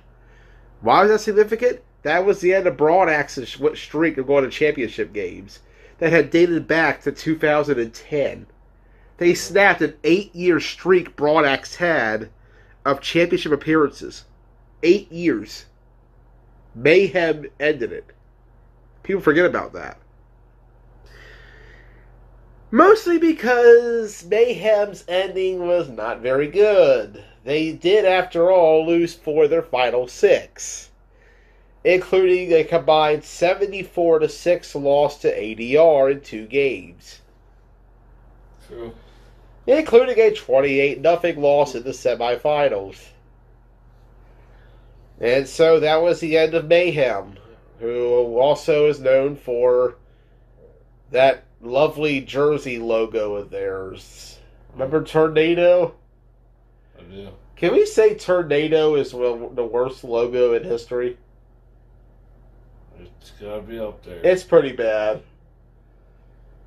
Albeit, I still respect the Mayhem jersey they gave me that summer.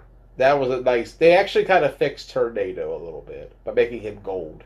Right. Instead of fucking looking like shit. Ugh, good times.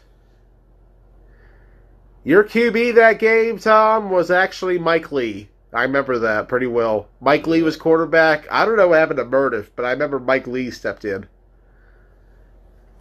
Number 14 on the countdown is the Nighthawks. 14 and 16 and 1.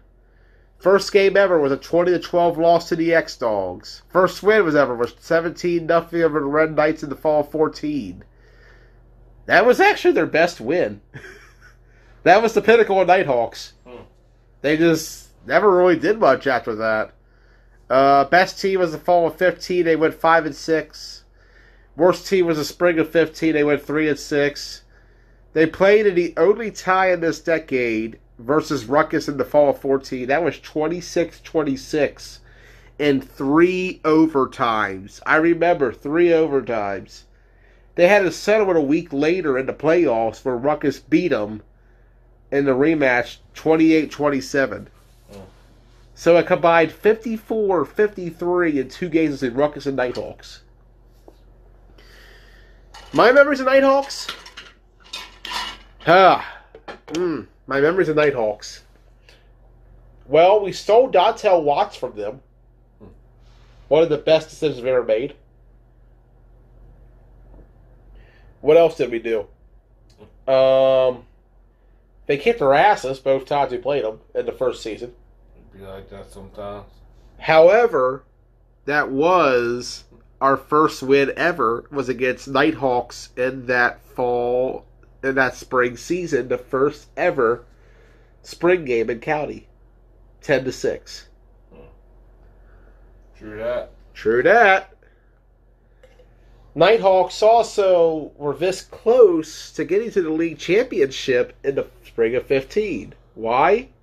Fell short against the Red Knights. Andy had a game-winning drive at the very end to win the game for the Knights. Classic Andy. It'd be like that sometimes, too. Nighthawks folded at the end of 2015. Their final game was a 9-8 loss to Ruckus in the playoffs. After the season, some of the members of Nighthawks split off to form... Guess who? The Program. But for now, Nighthawks finish at number 14 at... Oh, I also remember Brock Klein was on Nighthawks when we beat them. I remember because Brock yelled over to my players, "Is that Joey Bassford?" When seeing me on the sideline. My man. Those are my memories of Nighthawks. Good times. Number 13, the final team on this countdown. We're going to stop with them. It's kind of unfair. This team should be higher. It really should be, but things didn't work out. And because of that, we didn't get a chance to see him again. I'm talking about the Misfits. 8-2. Now you can say to me, Joey, 8-2, 13th, really? They were a good team. They were excellent, but what did they do when they were here? What's their biggest achievement?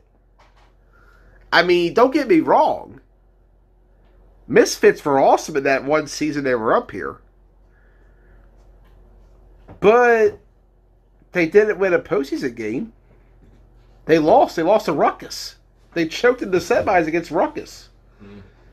Last fall. That's rough. However, their spirit lived on in Keystone, where they won the championship this past fall. Now, had they been in County, could they have won County? Who knows? Nobody knows. It's a shame. We'll never find out.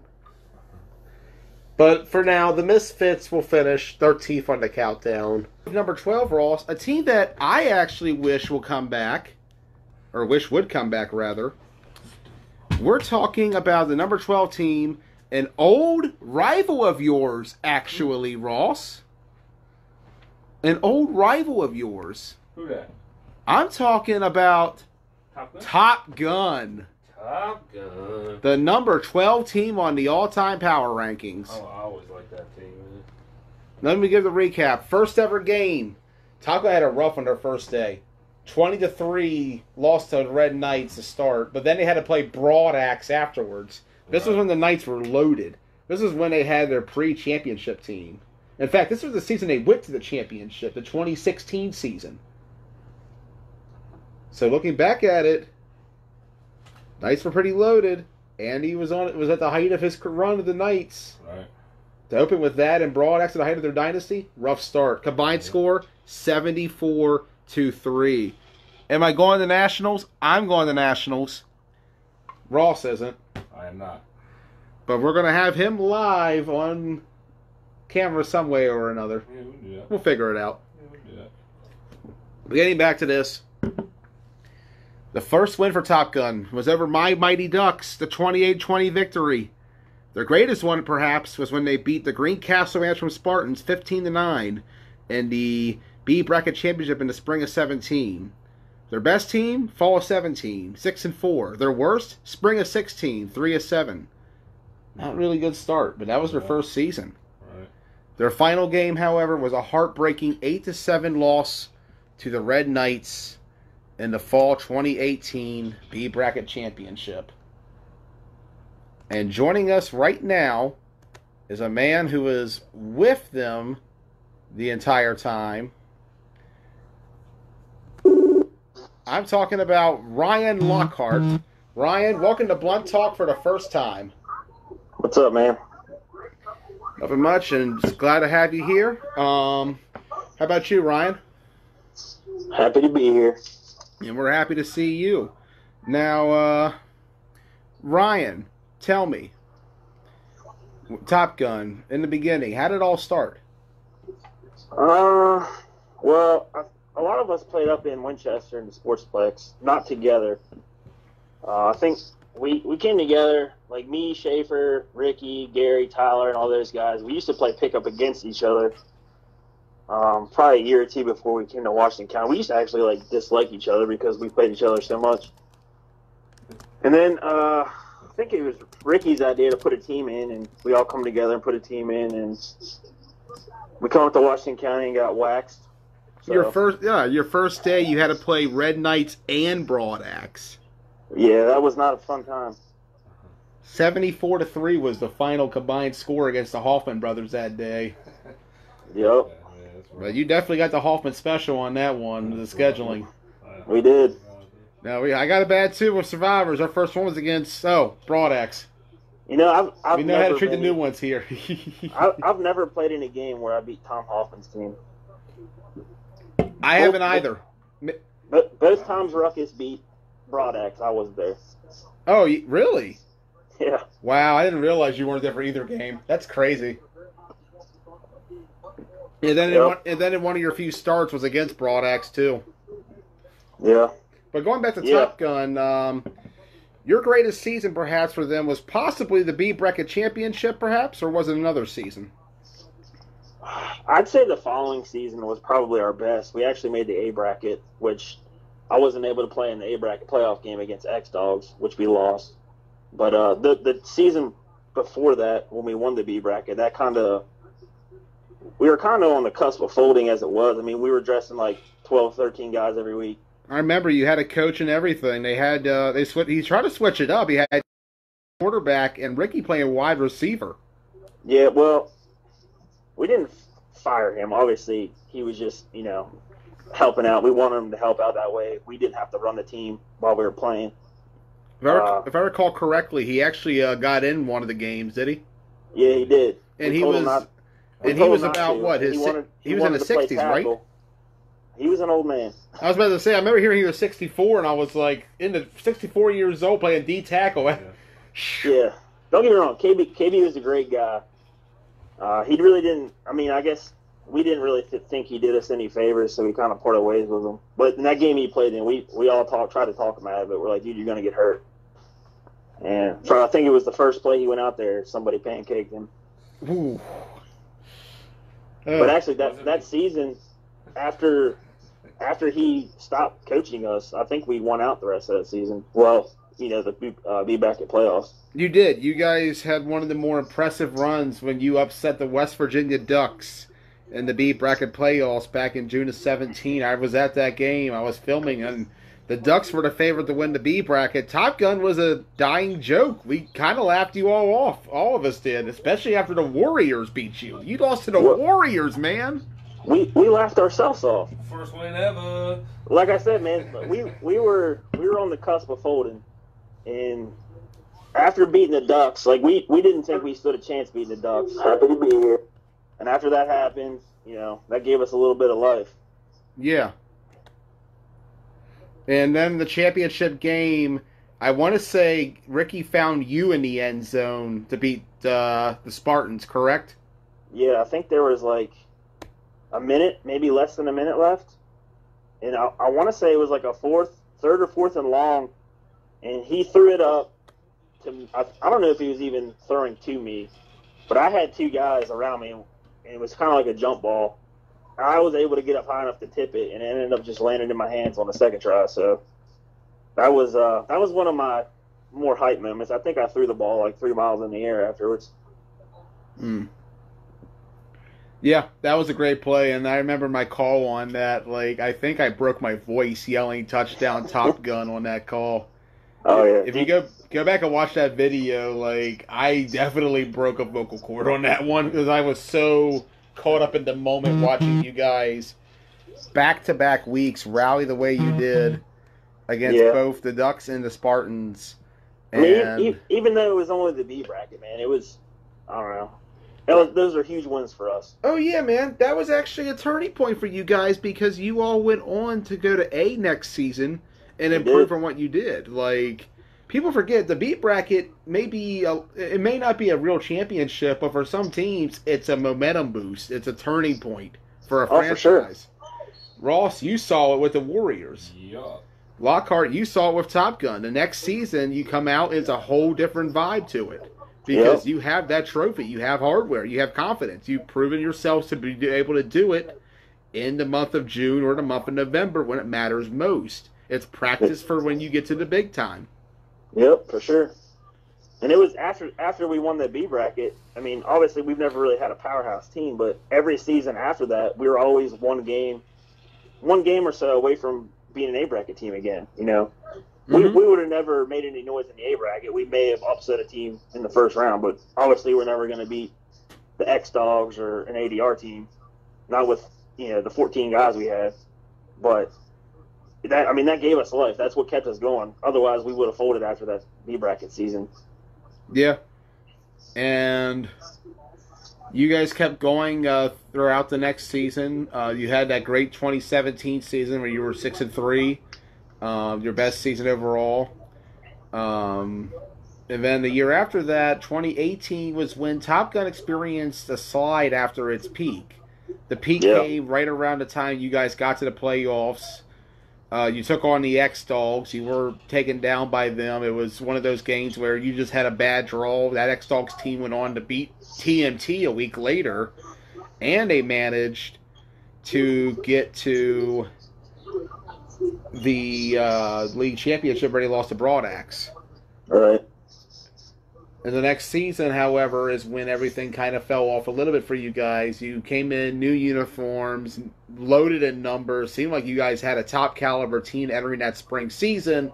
And then the numbers drop off quickly, and suddenly you're back to where you were a year earlier. Yeah, that season, I mean, I'm not going to say any names, but after we lost I think it was Broad Axe the first game, which we didn't even get smoked. It was kind of a competitive game for 3 quarters. And I remember it was a very competitive game. At halftime, I was speculating if you guys could win it. Yeah, I think we were up 7-0 or tied 7-7 at half or something. I think I scored right before half, and I think we ended up losing like 21-7 or something like that. And, you know, Broad X is Broad X. At that point, they were still a powerhouse. Not saying that they're not now, but I feel like they were a lot better at that time. Oh, yeah. And I was actually away on military leave. I was home on R&R for a couple of days. That's why I played in that first game. And then I went back to Fort Knox, and my phone was blowing up about, you know, there was like 3 or 4 people that wanted to, or that did leave. You know, they just quit and went to, I think it was Misfits maybe. I don't know. One of those other superstar teams. And it was like after that, man, it was just like, all right, it was like a kick in the nuts. Top Gun as a team, we've always had a good core group of guys, and we've always been able to get some good talent. But we can never, there was always just so much turmoil on the inside, if that makes sense. And it's sad to hear because I always looked at you guys as a great group of guys that were all a great core to build around that could be one of the upcoming teams in this league. And I did think for a while that Top Gun was going to be up there with the likes of Broad Axe and X-Dogs one of those days. I actually at one point said they reminded me a lot of a young X-Dogs team. Yeah, we all wanted that to happen. Unfortunately, we just couldn't get the numbers and the commitment out of people. And that brings us to the fall of 18 season where you guys got to your last season. And I thought you guys were pretty well deep in numbers in that final season. At least it seemed like it in the fall. What changed in between that B bracket championship game against the Red Knights and that spring season that you guys just suddenly could not field a team after having so many bodies? So leading up to the Ruckus game that season, there was some argument going on of who should be playing quarterback. Mm-hmm. I'm not going to say any names. I don't want to put anybody out there, but it wasn't me. Some people felt like Ricky should be playing quarterback, and some people felt like other people should be playing quarterback. And ultimately, Ricky was trying to prove a point. And, you know, hey, you think you're better than me, take it. And that Ruckus game was a winnable game. I think even as bad as we played, we still only lost by like a score, which I think actually knocked us out of A bracket playoff contention at that point, because I think we would have had a winning record if we would have won that game. And that, honestly, that game alone is kind of what killed it for several people. I've always been a huge team guy, and I was a captain of that team. And even after that game, like, I was just so frustrated and fed up with the arguing and all that stuff that, like, I didn't even want to stick around and talk team stuff after the game. I just wanted to get the hell out of there and not even think about it. Damn, man. Yeah. That's. I mean, like I said, man, we've always had a good few core couple guys, and you know, but it takes more than 3, 4, 5 guys to build a team. Yeah, and in the end, though, with Top Gun, you guys always had the right 9 on the field when it mattered the most. Oh, we never You guys really always had any... knew what the right 9 was, and on the field, it proved to be successful for a good period of time. You guys had something good going there in 2017. That run you made after starting out 0-9 and looking dead in the water, dressing only 13, 14 guys against Ducks. Yeah. And then scavenging to find others leading up to the Spartans game showed what kind of courage, what kind of strength that you guys had to go out there and play. Right. Because you're putting your bodies out there on the line every week going Iron Man.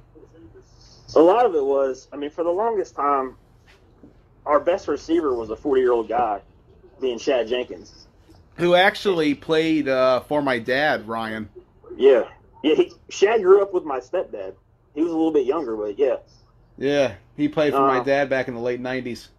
I mean, over time, we got talent. I mean, I think we had Cato playing receiver at one point. Will Jones came, I think, in our last season, which he was absolute stud.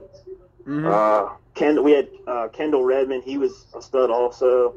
We just could never over the time that Top Gun existed, if we could have every guy that we had over that 4-year span on one team at one time, we would have been straight. We could never get everybody to show up at one time.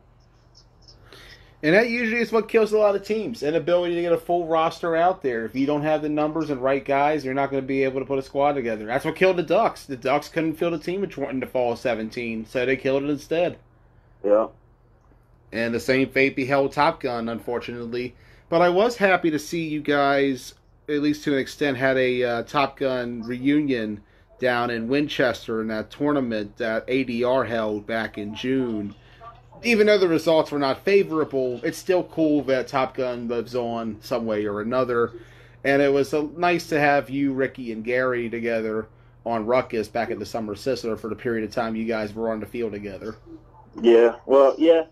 The 8-man tourney was fun. It was kind of a last minute, hey, let's do this. We ain't got shit else to do on a Saturday in the summer.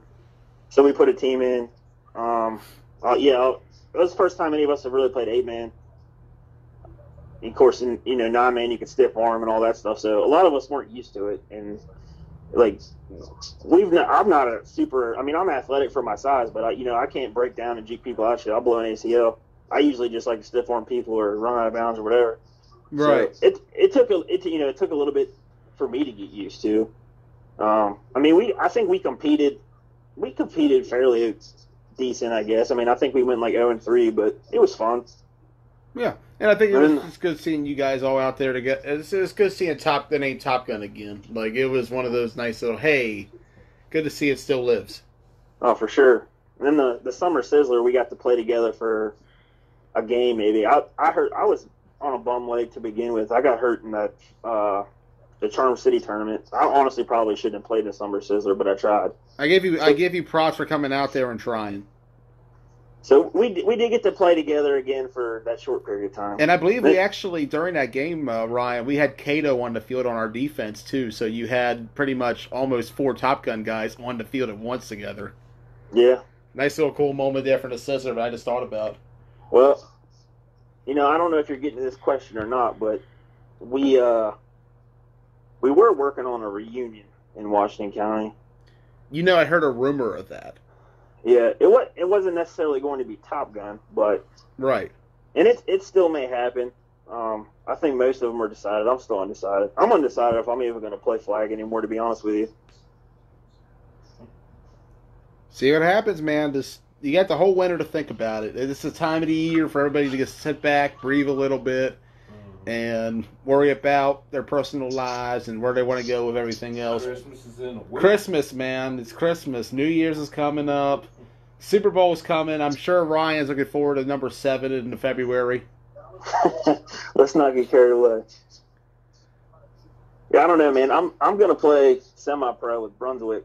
So. Okay. So you're part of the semi-pro train. Yes, I don't know if I want to juggle both. I mean, I got a lot of stuff going on in my personal life, so plus I don't know if the old lady will bless off on me playing in 2 different leagues. Right. So I'm definitely going to play semi-pro though. So we'll see what happens in flag.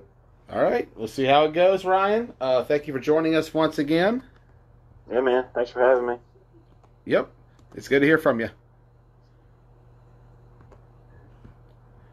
Ryan Lockhart joining us from Top Gun.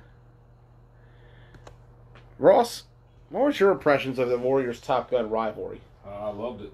You loved it? Yeah, man. Do you miss it? Yeah, I do. Yeah. I mean, no matter what, you'd never get it back the way we used to, you know what I mean? That was an old school classic rivalry right there. Even in our worst of times, we played them. It was a good game. Every single time, it was a good game, Blazer. Yeah. And we have them for the most part available in our archives onto YouTube for anybody who wants to go back and watch the footage.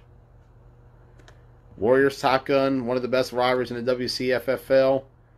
Shame it does not live on to this day, but the memories will always be in our hearts and our minds. Speaking of Warriors, that brings us to number 11. Hey. Kind of saw that coming.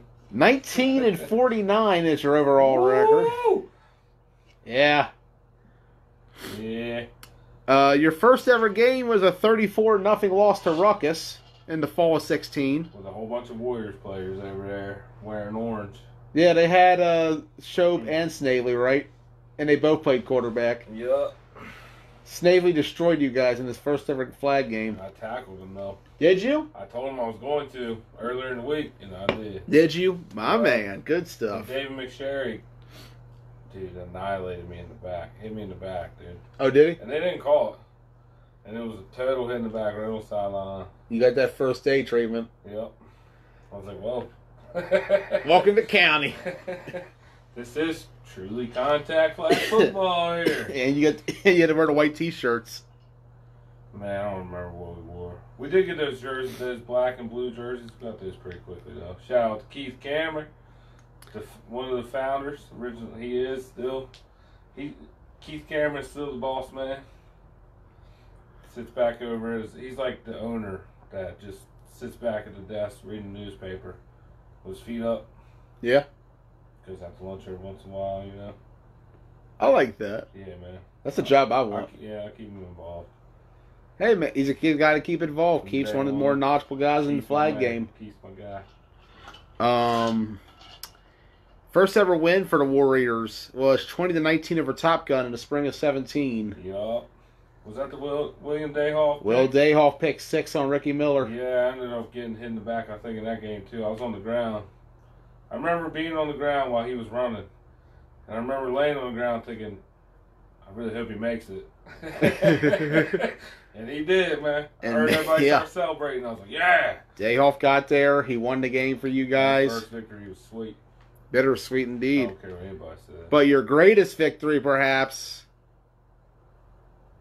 what would you say it is? Because for a while, I feel like this. What would you say it is? I could say snapping ADR's winning streak, but I could also say Wayne Brady was the fox. Wayne Brady was the fox? Yeah. Okay, now we know. But I also will say the Top Gun game was a bigger deal. I think so, too. The Top Gun game was a championship game against a bitter rival that you had to play twice in 3 weeks. Yeah. And you had to beat them twice. Yeah. And you did. You guys beat Top Gun in that championship game 23-16. It was definitely a turning point of things looking up, obviously. It was a big moment for you guys. Things were rough, man. Like Ryan Lockhart said. I remember games where I used to play both ways, man.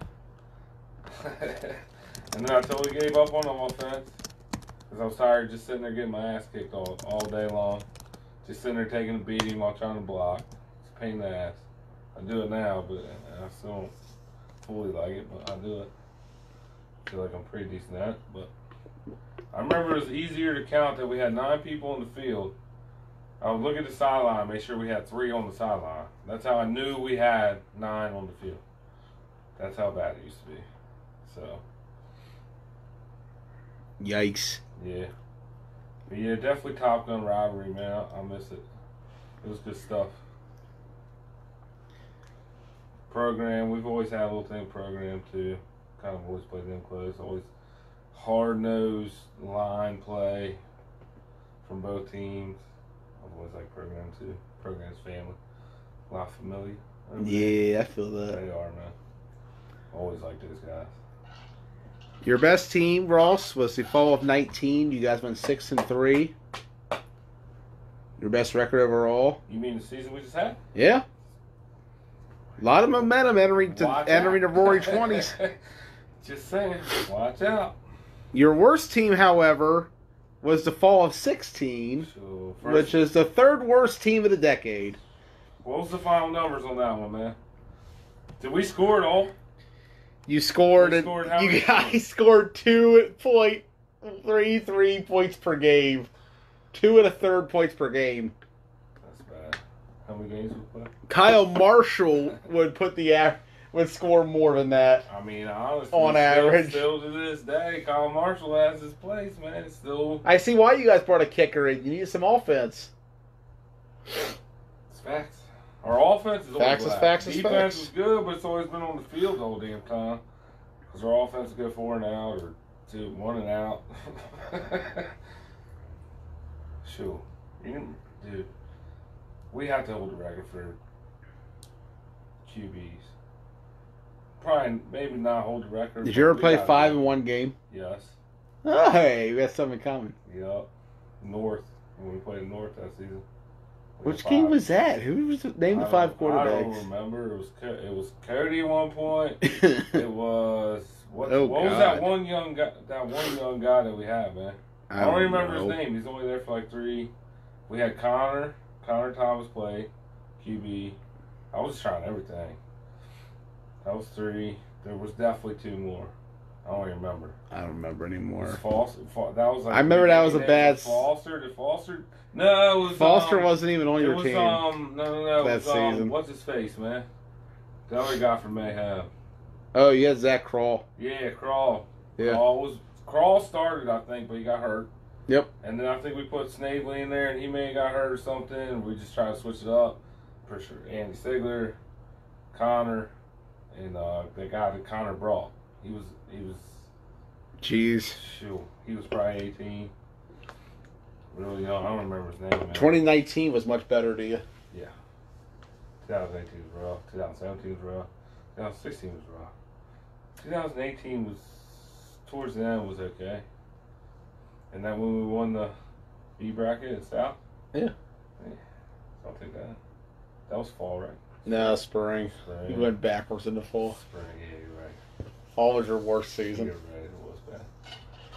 Man. Yeah. Been doing this for a minute. And that is our number 11 team. I mean, I think I've only missed 3 or 4 total games the whole year's sheesh. time they've been around. 3 or 4. We used to practice. We don't practice anymore. We used to practice twice a week. The good old days. We sucked. We don't practice anymore. We're good. We used to practice twice a week. So how did the Warriors come about, Ross? I'm trying to build, man. From alumni. Our first alumni game against Smithsburg was won.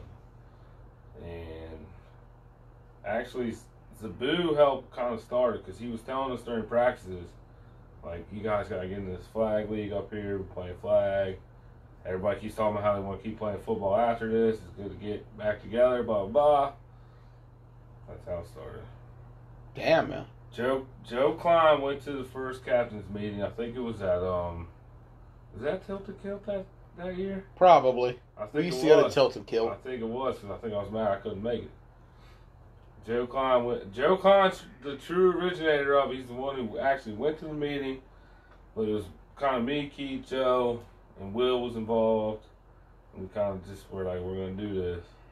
And I remember after like our second week, me and Will used to ride the games together. We'd be like, dude, we're quitting. After same shit, Ryan Lockhart, like, after this sucks. I'm not going to keep coming out here and get my ass kicked, get blown out 35, 34, nothing. Like, this sucks. But we stuck around. Here you are. You know. The founding fathers are Keith, me, Will, and Joe. Brock's been around the whole time. He hasn't really played like, you know what I mean? Yeah. Brock is Brock. Everybody knows Brock, man. Keith is Brock. I know Brock. I love Brock, dude. We all love Brock.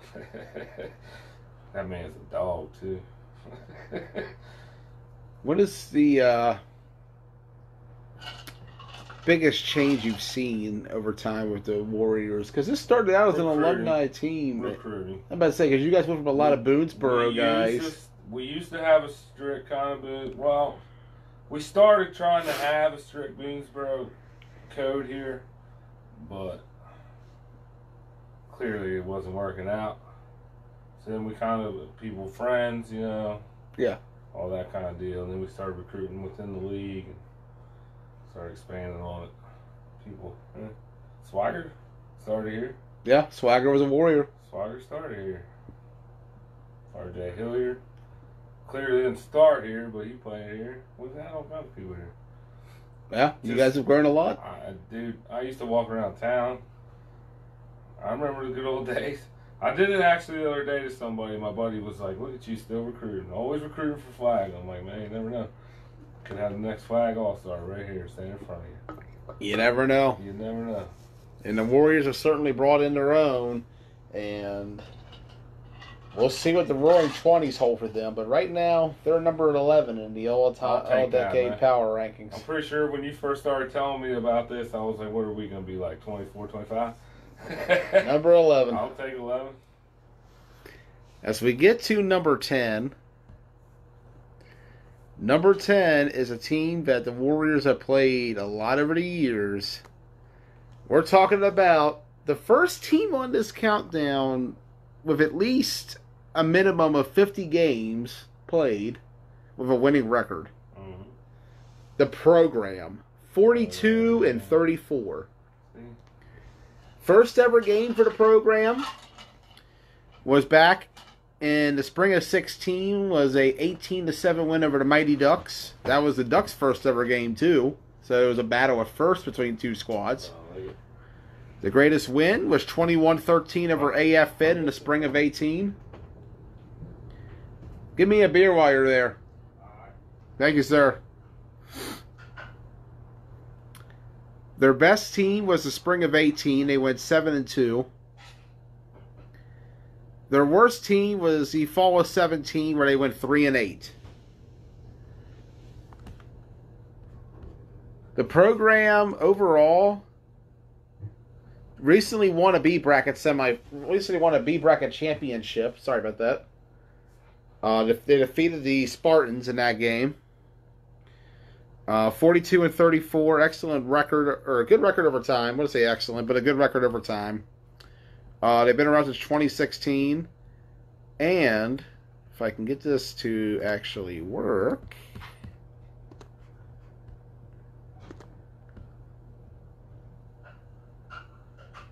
If I get it to work.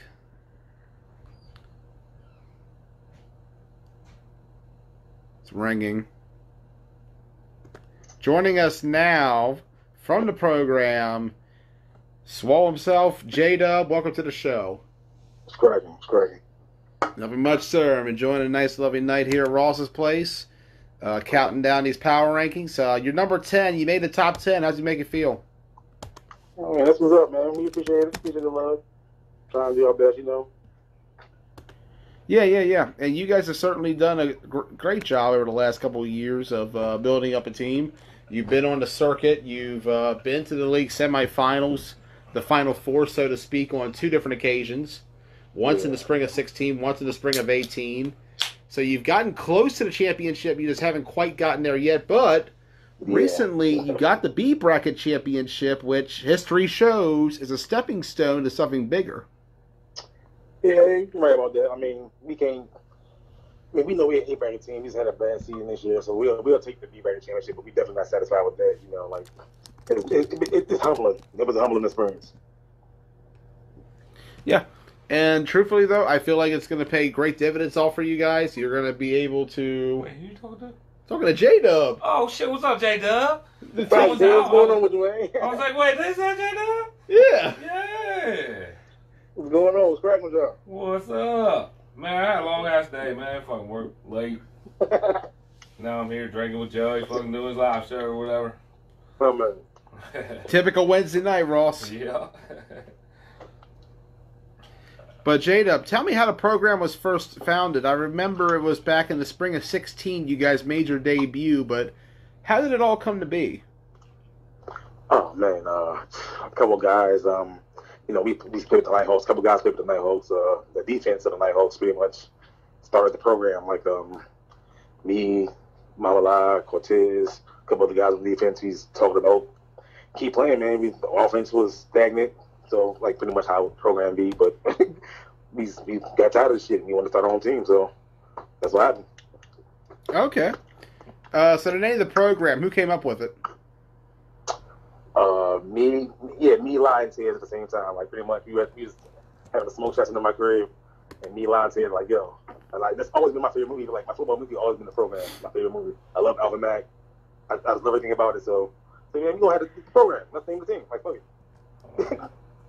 I like it too. I like it a lot. Yeah, I remember that first ever program game was against the Ducks back in that spring of 2016. What are your memories, J-Dub, of that first game, if you do recall?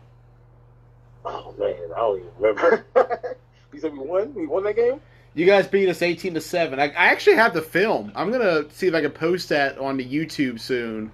Ducks versus program. It's actually a pretty good win by y'all. Y'all ended up handling us that day. We weren't ready.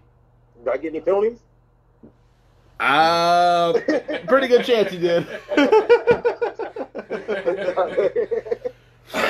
I know I get a lot of penalties back in the day. You know, y'all said I was reckless, or not y'all, but the referees. My bad. I try to calm down. Hey, you always seem pretty chill when I see you, man. Man, I don't try to hurt anybody. I used to just run around like hit people. Like people bigger than me anyway. Like I don't hit no little guys. Sideline J-Dub and football field J-Dub kind of doing people sometimes, especially back in the day. He getting old now, though. Yeah, man, I'm getting old, man. I'll be trying to chill out. The young guys do their thing. Speaking of back in the day, let's talk about your best season, the spring of 2018, which came after your worst season, the fall of 17. Yeah. What was the difficult part about that fall of 17 season? Oh, my God. Didn't have a quarterback. Like, who we had playing quarterback this year? You guys had C.J. Owings. We had Keenan Fuller. We had Lavender. Did Ted play quarterback that year? Like, we had like four quarterbacks. Did Keenan play quarterback that year? Like, he had like. I remember you guys had C.J. Yeah, we had C.J. We had Keenan. I remember Jordan. Jordan played quarterback. He might. We had quarterback. I remember playing D-line against him, and I remember one of my best flag pulls was like on the goal line. He tried to rush right up the middle. I pulled it right before he scored. I mean, you guys were up like 21-0 or some shit, but. Yo, I'll tell you right now, I don't even remember that season. I remember we were 3 and we had a horrible season, but CJ gave it everything he had for us. Like, I love that guy. That dude, CJ. Oh my God, dude! Every snap, like the ball would be so low to the ground. The rushes were already there, and he'd take off running for his life. Yeah, I just say at one point in time, I said he was still to this day. I said he was like the best player in the league. That guy's a beast. Yeah, no, CJ was excellent. He did a good job out there. But the next season, you guys seemed to figure it out when you brought in Adam Malott and put together an offense that was explosive on the field. I mean, we didn't figure out anything. Adam liked to go deep. Adam was throwing that motherfucker deep. It worked. You guys managed to ride that. Good. You guys managed to do well with that. You nearly knocked off ADR that season. You beat AFN, number 2 team in the league. Adam won QB of the year. The program went on the circuit. They went to Ocean City. They went to Owings Mills. It was a pretty hot time for the program. I feel like, though, that time period is starting to come back a little bit. You guys got a nice little wave going for you right now. Man, I try to get the recruiting back. I took a couple seasons off, man. I mean, I'm be real. I took a couple seasons off, like doing me. I didn't recruit as hard because I thought we had a nice team. Some guys, didn't feel like they wanted to be here, so I had to go out and recruit. This year, oh man, I ain't gonna say no names, but this year it's gonna be a problem. We're matching up with everybody that much. I'm looking forward to seeing what the program brings to the 20s, man. The old Cram family over there. Oh yeah, definitely the Cramley. Are we going to Cramley? Cram. Still one of the best. That is one of the best videos ever, man. That I swear to God, man. Crank. Hey. But yeah, we got a couple big name guys. I ain't going to throw their names out there, but this season gonna be something nice, man. I tell you that much. Like, you get an offensive line back, Dalton Foley back, Abraham Badil back, Junior Foley back. So it's gonna be a show. What other corners you got? Corners? Yeah. Oh, we got some corners, bro. Right. I'm not putting them on. We got some corners, bro. We deep corner right now. I mean, you do have a new corner. I mean, y'all know Ron Savage. Yeah, he told you what it is. Like, we got some people coming. We gonna keep them low right now, but yeah, there's some talent. All right. I like it. Too much talent, perhaps. We'll find out. We going to jail. Like, we gonna get it together real soon. Like I said, we're cramming, man. We got to make it happen. Should put bitches often and early and often. Yeah, you still owe me a trip. Dude, I got to make it out there one night. Dude, yeah, you ain't been there. I seen Tom there. I seen Sean Kendall there. Kendall was there. Big Sean Kendall was there. I seen Sean and Tom, so I'm still counting you as owing me one out there, so I got to make it out there. So. Hey, if you're going, I'm going. We'll set it up, man. He owes me one. We bet it on the game. I told you I got you, man. Yeah. I know he does too. I just have it's my fault. I haven't made it out there yet. Yeah, see, I seen Brock. I seen Whit. You ain't go. I'm gonna take Blaze. Blaze, you ever been to a strip club, dude? Yeah. Right. Of course I have. I'm just making sure. What do you think I am? Like 15? I'm just making sure. Bruh. I'm drinking a beer right now. You see me smoke marijuana. You asked if I've been to a strip club. Don't mean been to a strip club. You can't call that marijuana, though. You can't say that, Joe. Don't call it marijuana, man. Sorry. Got a little too professional there for a second. My bad. Smoking green, smoking trees, man. But yeah, definitely for sure. We gotta make that trip. Yeah, we're gonna make that. Yeah. Let's make a nice little team blunt talk trip up there. After these holidays, we're gonna set that up. Let's set that up for real. We can do that. Let's set that up before Nationals. I'll be in. No. No. After that. Is Nationals like right after the holidays? No, it's like mid January. Okay. It's MLK weekend. All right. Well. Yeah, like the 3rd, 4th weekend. Probably have a kid right around. We'll see. I was thinking about more like after my kid's born. So you're ready for after the kid? Like 2-3 weeks. All right, well wait. We'll hold off to when you're good. All right. It'll be right about the time I need a strip club. You're gonna be busy after that thing's born. After that kid's born, you'll be busy. You damn right. On the field and off the field. Yeah, definitely. Congrats, by the way, bro. Man, congrats, man. Thank you. He'll be here soon with his big head. Hey, this is the boy, man. That boy got a big ass head, dude. Hey, that's what's up. Already. Okay. All right. Well, thank you for joining us again, J-Dub. We look forward to seeing. No problem, man. All up, bro. Man, appreciate you, man. And we appreciate you. We'll see you soon. So, man, take care. Be easy. Peace. Bye. J-Dub joining us. Speaking of too much talent, a segue to number 9 on the countdown is number 9 itself. Too much talent, 16-4 overall. First game ever was a 40-0 win over, guess who, Ross? Who that? The Warriors. Oh, look at that. TMT had originally formed, because I can't get a hold of anybody right now from TMT originally. TMT had formed back in the spring of 17. Yeah, I remember. TJ Williams bringing up his guys from Winchester. When that Dame's first game up here? Dame came up there too with them. That was when Dame started out. In fact, TMT introduced Boone too. I remember he posted. They all started on Too Much Talent. True that. Way back in the day. True that. 2 quarterbacks, blah, blah, blah. Man. We thought it was all bonkers back then when we saw it. Shoot, wow. I will give TMT that, man. They came in. Shoot. They came in. They did. Really changed this game. That's the one reason why I have TMT so highly up here in the top 10 is that the original TMT Too Much Talent, because ADR considers it separate from their history. They should. TMT changed this league on terms of offensive approach, with that bringing in the 8-man style, Chris Boone bringing it in. Back in the fall of 17. Slanging that thing, man. And even then, you also had Jacob Mitchell come into the league, too, through TMT. Yep. And you look at the record. 16-4 was their record by the time they left. TMT was the one who snapped Broad Axe's 40-game winning streak. It was TMT who did that. Back in June 2017. Remember that, Ross? When TMT snapped the streak? I do. I was there. I was there for that game. I stuck around and watched it. 25-20. The best team was their fall of 17 squad, 9-1. Their worst team was the spring of 17, 7-4. And the one thing about TMT, their biggest legacy perhaps, is that they set the stage for ADR. Won't give them credit for what ADR has done, because ADR has done so much more than TMT has, as you'll see in this ranking. That's honestly the best way to put it.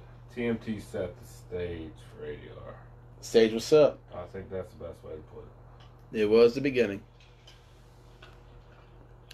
Number 8, the Bulldogs. Bulldog, I don't know nothing about them, man.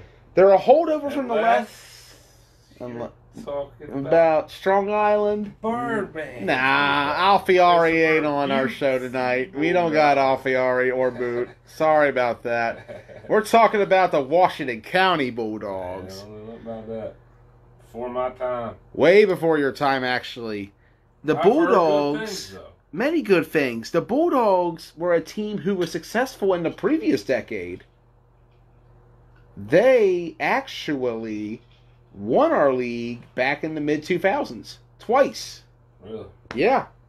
Back-to-back champion? Or no? I want to say it was back-to-back. Was it back-to-back? Before the X-Dogs were a dynasty. Which tells you how long ago this was. This is pre-2008. Wow. The Bulldogs won the league twice. Yeah, that was a long time ago. Very long time ago. In fact, I've been doing it for a minute. Ooh. the Bulldogs, though, it's going to be weird. They only played 2 seasons in this decade. Just 2. But their legacy is the fact that they got to the championship game against the X-Dogs at the height of their dynasty, falling just short.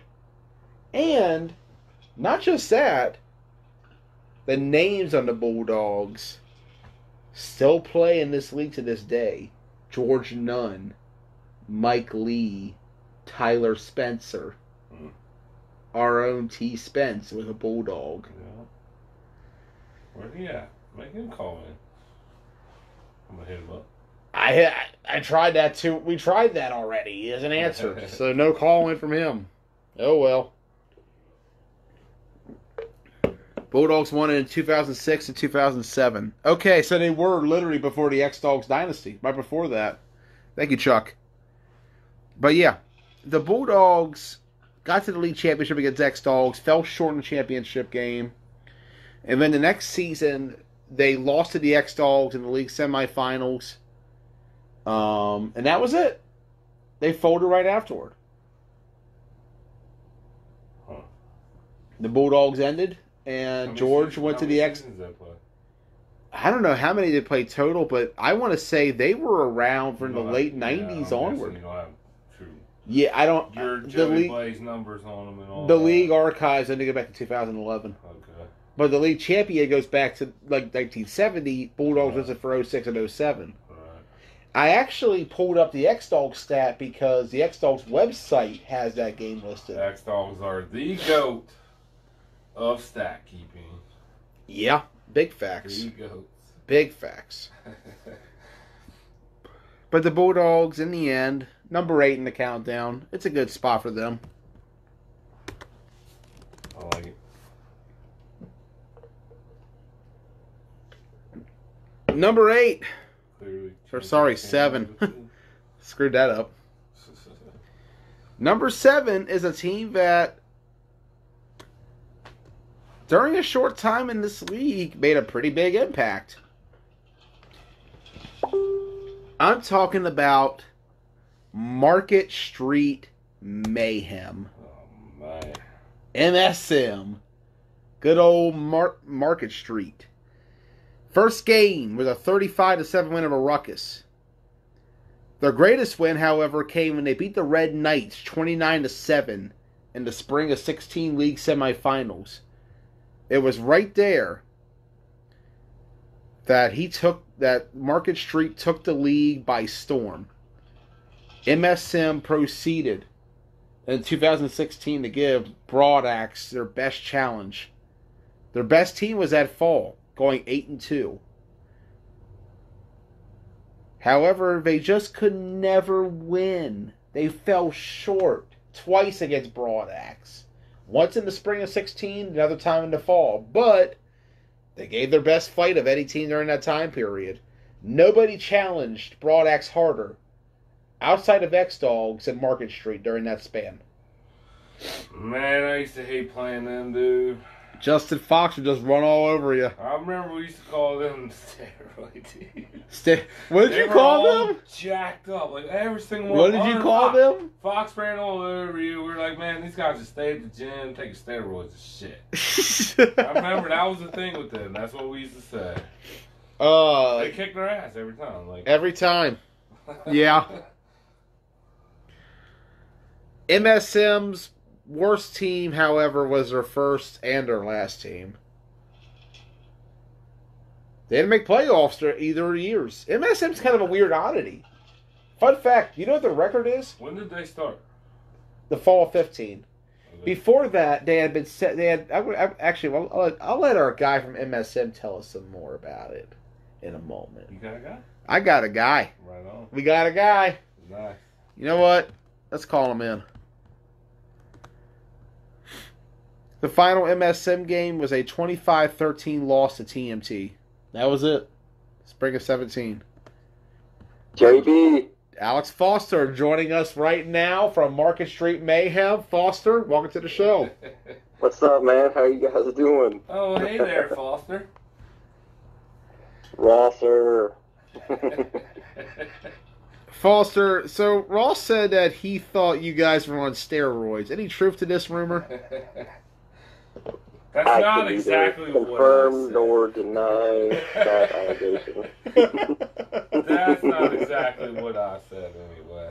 Go ahead, Foster. Market Street Man. Yeah, tell us about the beginnings of Market Street. What caused you guys to get to our league? Market Street Mayhem. Let me tell you. So we were a team out of Frederick. We started in 2009, and the reason I know that's because that's when I graduated college. I moved back home, moved back to Frederick, and we needed something to do. I just met up a couple guys. We just, on the weekends, pick up games, and then we found the league in Frederick, started playing, and that's how it started. The fall of 2009. We played at the Frederick Indoor Sportsplex here in Frederick. I could go on and on, but long story short, I think we won 6 leagues 6 years in a row in the Frederick Indoor. Damn. We went to the Frederick County League where it turned into 8-man, and this is not your typical 8-man. Don't get me wrong. So it's not the same rules. So 7-man indoor, 8-man outdoor. Yes, it was live line and everything. So it was very similar. It just wasn't circuit play or league play or whatever you want to call it at the time. We played out there. We played outdoor 8-man. We played indoor 7-man.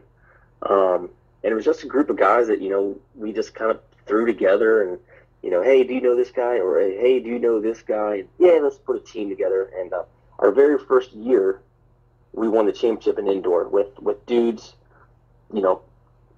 contrary to belief, at the time, no one was probably bigger than 240 pounds. So, think about a live line, think about wide receivers, and think about whatever. You got Justin Fox at quarterback because I'll share a little secret with everybody in the league here. Justin Fox couldn't play any other position besides quarterback because he was too small. He wasn't big enough to be a wide receiver. We played in the indoor sportsplex. You can't really do running plays. I mean, you could try, but you just run out of room. You try to run the ball and you run into a goddamn hockey wall. Yeah. I mean, it is what it is. You know what I mean? My dad played at a sportsplex too, so I remember how that was all set up in there. Yeah, man. We played on there when it was your AstroTurf and carpet in there. Yep. You try to wear cleats and unfortunately people look at you like, what the hell are you doing, man? You can't wear cleats in here. You just got to wear tennis shoes. So Fox started off, so we go back to just a group of guys, and again, no one above 240 and no one on steroids at the time, allegedly. And it just, it just is what it is, man. We just had a group of guys, and Fox was quarterback, I was receiver, and there's a couple guys that unfortunately don't play with us anymore. We'll get into that here, I'm sure, in a couple minutes here, but a couple guys just kind of come out and they fill in positions. You take the biggest guy you have and you put him on line, just because by default that's where he needs to go. Josh Wood. So 2009 was when Mayhem started, Market Street Mayhem started, and we live in Frederick, a group of guys here in Frederick. And Market Street, if you've never been to Frederick, Market Street is the main strip down here. It's where all the bars are, it's where all the restaurants are, it's where all the nightlife is. That's where you go. So That's where Market Street came from. Good old Market Mayhem. Street. I like it. Yeah, Mayhem. We just wanted to call some Mayhem, so Market Street Mayhem, and there it was. The colors, gold and black. We got an array of players and teams. I like the Cowboys. A couple players like the Redskins. Justin Fox is an Oakland Raiders fan.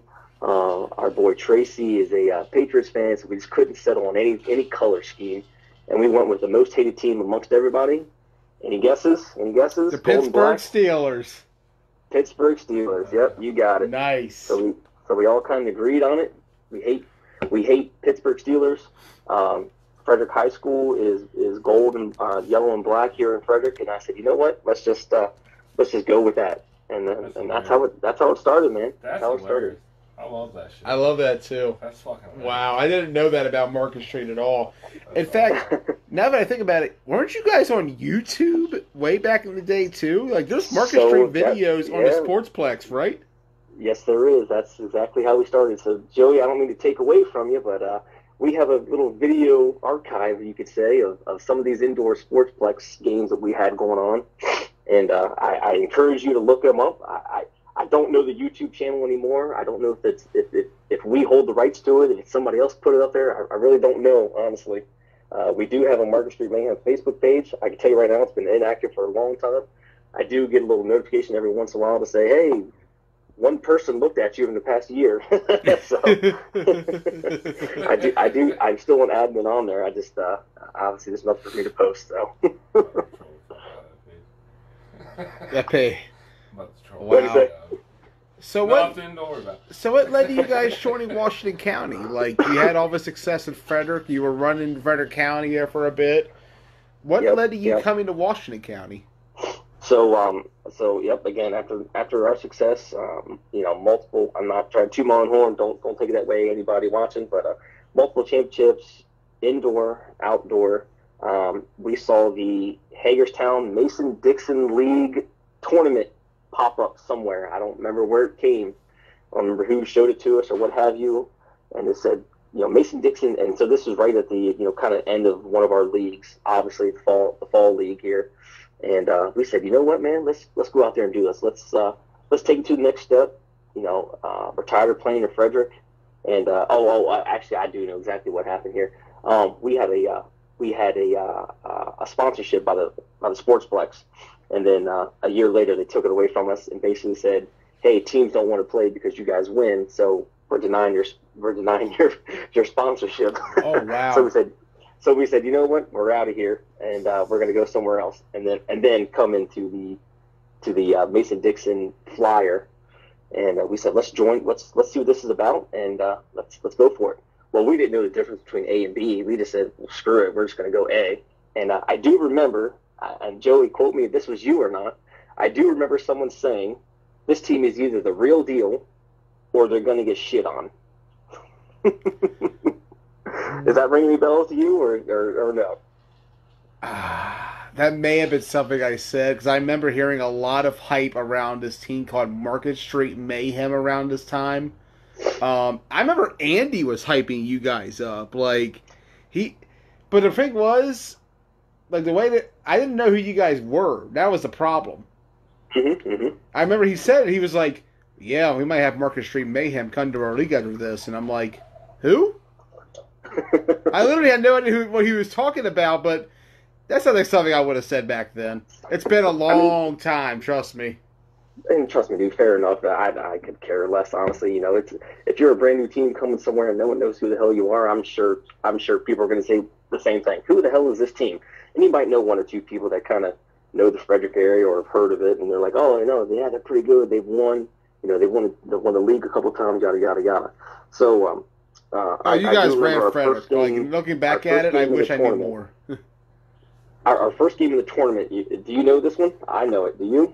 Oh, I don't. Okay. My memory's gone, man, on that one. Miller Lite. Oh, good draw. Miller Lite. Well, of course, and I believe it's an 8 o'clock game. So we're playing, league champions and big name team. This is, I want to say, what year did we join Hagerstown? 2015, I remember because we had the comeback on you guys, which only happened because. Do you remember why? What the comeback? What do you mean? Say it again. Survivor's greatest comeback in league history. Do you remember? I do. Market Street's first loss. You and I have talked about this game before, and yeah, that's a sore subject, unfortunately. So let's get back to the tournament real quick. Okay, I'm sorry about that. That was my first memory of Market Street was when we played you guys, because I was scared to death going into that game. No worries. So Miller Lite, we come out there, and again, we were not the biggest team. We did have a couple big linemen. Ferris, you guys saw the last tournament. Glad he could join us. Thank you for that. My boy Troy. He played. He went to Florida. He's a big guy. We had a couple dudes that played D1 school. We had a guy named Corey who was the center for Delaware University. Any guesses who his quarterback was at the time? Joe Flacco, right? Yeah, yes, it was. So we had a center by the name of Corey who was Joe Flacco's center up in Delaware. Yep. Wow. Okay, you guys were recruiting. We had another fine name. I think you guys might know him. He was a Maryland linebacker. His name was Leroy. I'm not sure his last name. Yeah, I'm just kidding. You guys know who he is. I remember. He pretty much runs Walkersville football now. He definitely does. He definitely does. So we had a couple big name guys, a couple bigger players, and the very first play of that Miller Lite game, they ran a screen, and I'm pretty sure every one of our DBs, including myself, got put on our ass, not knowing what to expect. Oh, yeah. That Miller Lite will do that to you. If that's your first ever... Was that your first 9-man exposure ever, period? Yep. And so after they scored a touchdown, I'm pretty sure on the second or third play... See, even Market Street got born into Miller Lite to start their careers. Ross went through it. I went through it. You went through it, Foster. You know how Miller Lite does. Yep. And it was quite the game. So again, long story short, we did lose that game, obviously. We learned a lot. We got smoked the first couple plays. We had, I think, all 9 players line up on the line of scrimmage the very first offensive play. Let me see what else happened. I think I got kicked out for at least 6 plays one time because somebody was running their mouth or did something. Of course, I'm not used to. Let's just say a stiff arm. I'm not sure what it was anymore exactly, but let's say a stiff arm, and I didn't take kindly to that because I wasn't used to it. I'm like, what the, so. I'm pretty sure I got kicked out for 6 plays. Oh wow! And we took 2 L's that weekend, and that was our first experience in 9-man, first experience in the Hagerstown League or tournament, whatever you want to call it, and thus we joined the Hagerstown League the very next spring. I remember the beginnings of Market Street. You guys took the league by storm too, and early on you went 4-0 to start. You whooped on Ruckus. And the one thing you did, however, in that spring of 16 season and the fall of 16 was that, like I said, you guys played Broadex better than anybody did. Before ADR came up here, 8-man style, you guys were bringing the 7-man style or 6-man style, or which was it you played in Frederick? 7 indoor and 8-man 7. outdoor. Okay, 7 and 8. Okay, you're bringing that style to our league, which at the time none of us knew how to defend. Yep. And Broadex definitely was our kryptonite, man. Everyone knew who they were. They were Broadex / Miller Lite. Is that right? Mm-hmm.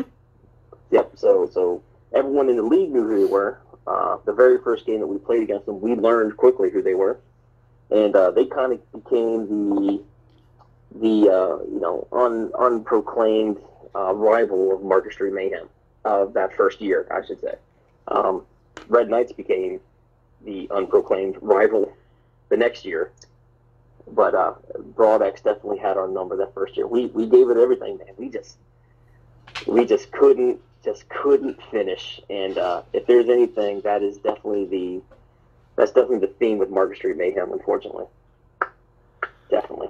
And it's unfortunate because Market Street is one of those teams who definitely could have won more, I felt like. And I mean, you look back at the talent they had, it was insane.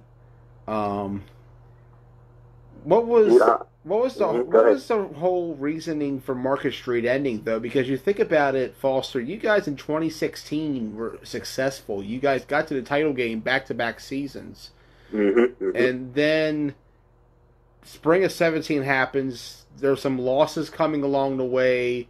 Attendance starts going down in numbers. I started noticing your sideline was getting smaller and smaller.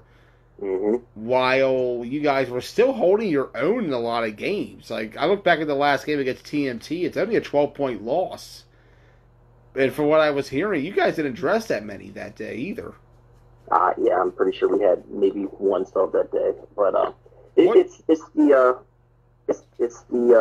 proverbial team on the list that you're talking about right now, man. It's just the team came in hot. They had guys that were willing to play. And then over the years, unfortunately, we had a lot of family guys. They started having kids, settling down. You lose that weekend time because they want to spend it with their family. We had guys that wanted to play semi-pro and indoor arena football, including myself. I missed a complete season, a complete year almost, due to playing with Maryland Outlaws, Frederick Outlaws, then Maryland Outlaws, and the indoor team, Maryland Reapers. And I took a couple dudes with me to go play there. Then we had a couple guys just, they get old. Again, we started the team in 2009, and here you are talking 2016, 2017. It's just hard to keep guys around, man. They get old, they get tired, they move on. Some of them had kids, some of them are starting to get married. It's just we ran into that brick wall hard, and I think that we didn't want to acknowledge it because we had a good group of guys that we've been playing with for so long, and we didn't want to replace them because if they ever did decide to come back, that spot was going to be there for them. And we encouraged them to come back. Hey man, come back out, just play a game or two. In Hagerstown League, all you gotta do is play one game and you're eligible for playoffs. That was another thing too we ran into. We would just rotate guys, and then all I needed was just for one guy to come in 1 week, and then I use him for playoffs, and that's really all you saw. So to get to your question here, towards the end of Mayhem, we just ran out of guys, man. We just ran out of guys, and myself and Justin and maybe one or two other guys realized that, and I think what happened after that. We joined another team and we made AFN. The nation was born from the remnants of Market Street. I mean, there's a lot, and for any team, any player that's been around for a while with any team with dedication, you guys know how it goes, man. You have your group, you have the guys that you like to play with, and you guys play both sides of the field, and no one wants to give that up. Let's be real. You don't come out here on Saturdays or Sundays and want to sit the bench. No one wants to sit the bench. You want to play. Especially when you're young, you're athletic, and you got a winning record. Really, no one wants to sit. So it's tough to bring new people on your team when you have guys, and I'll take this on my chin too, that don't want to sit the bench.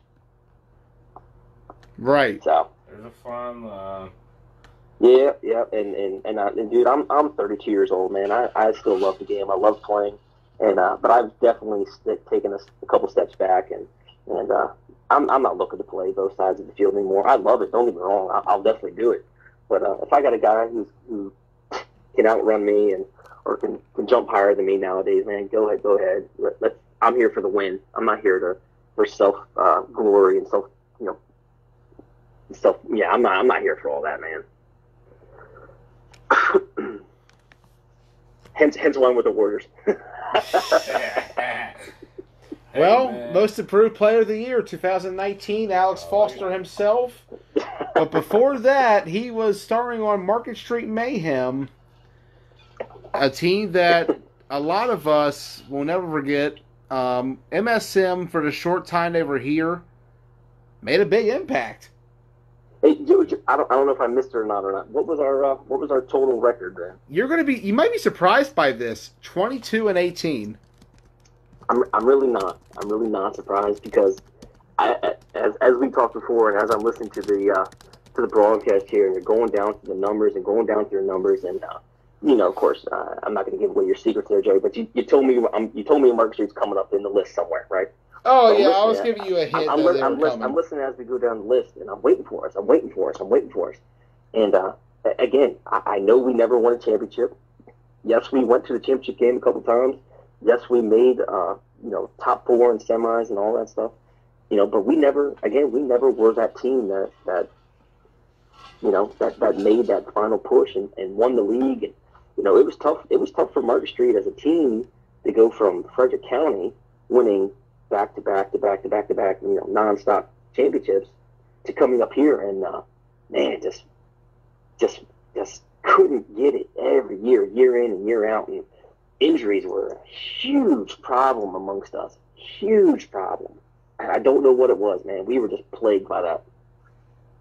Yeah. No, I noticed that too. It always seemed like you guys had to forfeit games because of lacking numbers due to injuries. I remember hearing about that a lot when I was going around with Survivors and Ducks. It's gym time. The gym, yeah. Ross knows what it is, man. You got guys that want to lift a lot of weights, but can't play football. Can't stay in football shape. That was we definitely ran into that problem a year or two. I can guarantee you that one. Can definitely guarantee that. That was, like I said, man, that was another big one. The big name players I mentioned earlier. Leroy Ambush's last year was tough on us, and that I honestly really think that led to the slow downfall of Mark Street Mayhem. He was such a great player and leader, and obviously, Ross, you know him as a coach off the field now. Man, when he went down against the Red Knights, that just put a dagger, in our team. That hurt us. That one hurt us biggest of all the injuries we've had, including myself.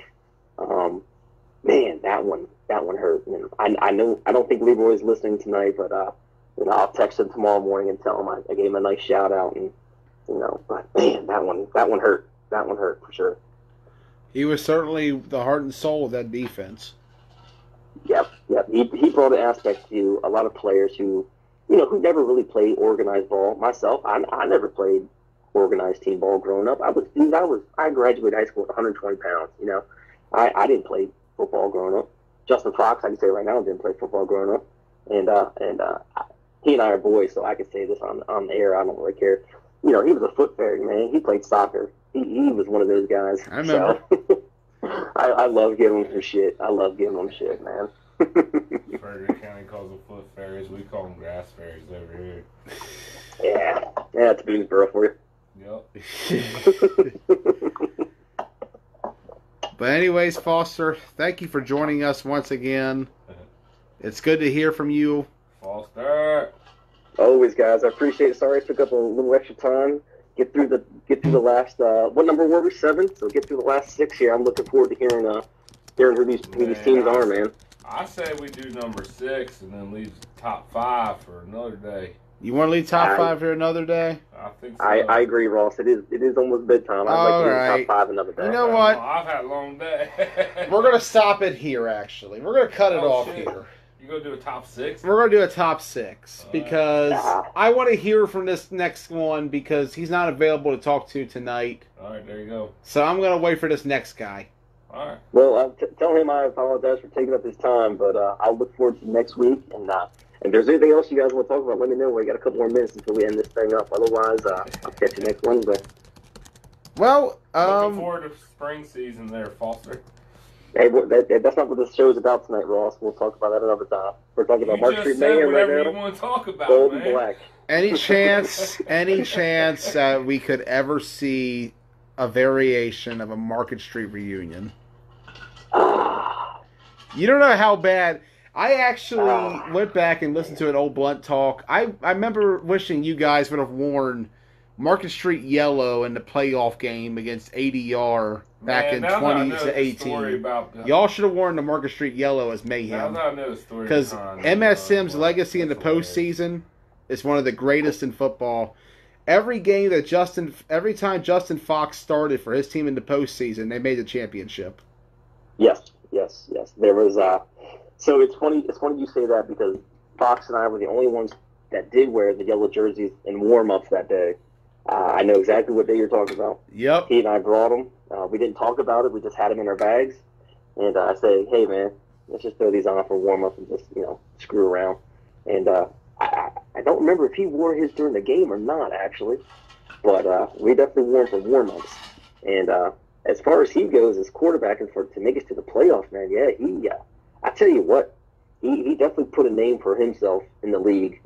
And he and I have always had a little, small rivalry amongst us just because, he and I are boys. And, he's the quarterback. I was mainly wide receiver. So, he gets credit for throwing touchdowns. I get credit for catching them and making plays. And the inside joke between he and I is always I had to save his ass numerous times a game, numerous times a week, every year.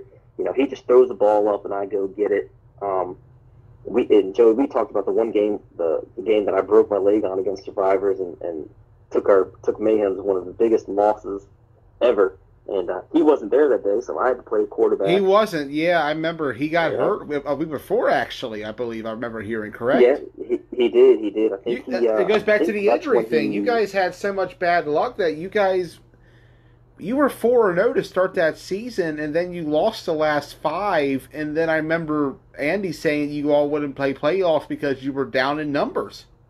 I didn't know if you remember that or not. I do remember that, and I remember just being like, damn, that's a shame because you guys were so good and so talented and so awesome to watch. Market Street was great. I miss MSC. They were awesome to watch. So I'm not going to sugarcoat why we didn't play B bracket that year, man. It wasn't that we didn't have the numbers. We would have had 9 players no matter what. We would have played. B bracket was not in our vocabulary. You wanted? I like that. That's actually I like that because you guys. That's the God's honest truth, man. I can believe it. We just said, nah, we're not. We did take some L's. I was quarterback that year. Fox. That was the year Fox decided he wanted to play wide receiver. That was the year I played quarterback. Yep, we started off hot. Injury bugs came in, myself included. Came back and we said, nope, we're not gonna be league. We're not gonna even put ourselves in there. And Fox finished out the year. I was out of injury after I broke my leg on that game. And yep. What did we do next year? Do you have the stats in front of you by any chance? I can pull up Spring of 16 if you want me to, really quickly. If you got a quick minute, I mean, I know we'll try to end this before 11 o'clock tonight for everybody listening. I know it's getting late, but yeah, like I said, we just decided not to do B League that year, B bracket that year, just because we were just above it. I feel like, and I'm not trying to sound above anybody, but we went to the championship game the past 2 seasons prior, I believe. As kind of new to the league and made the semis, and it just kind of and coming from Frederick, it's a team that won. We just felt we didn't play up to our standards, and that wasn't good enough for us, and we just said we weren't going to play. That actually, I completely understand. No, you guys did what was best for your team, and it makes sense in retrospect, especially considering that Spring of 17. That was it for Market Street. You guys moved on and decided to form the affiliates right afterwards, at least in this league. A lot of AFN's core was based around what Market Street had and what the Red Knights had. Yep, it was, as everybody knows, it was pretty much a Market Street and a Red Knights merger. A couple players obviously wanted more from themselves and from the teams and from the league, and thought that they could put a powerhouse team together. And then, our initial meetings, everything looked pretty damn good, man. I mean, we decided to make this team, and we had aspirations. We wanted to be a travel team, a tournament team, run through the league kind of team. We wanted to put the best of the best out here and put our name on the map. And we fell short on a couple of those things. We didn't win the league. We took a tough loss. In the what was it? Was it championship or was it semis? I can't even remember now. It's AFN first year. Semifinals. You guys lost to Broad Axe, 34-27. Yep. We got our asses whipped after beating them that year. We gave them their first loss, right? You guys beat them 7-0. I remember. It was one of the biggest defensive battles I ever watched in my life. It was an epic. In fact, the only touchdown was a punt return in that game. Yes. That was a battle. Yep, there was zero offense on both sides of the field.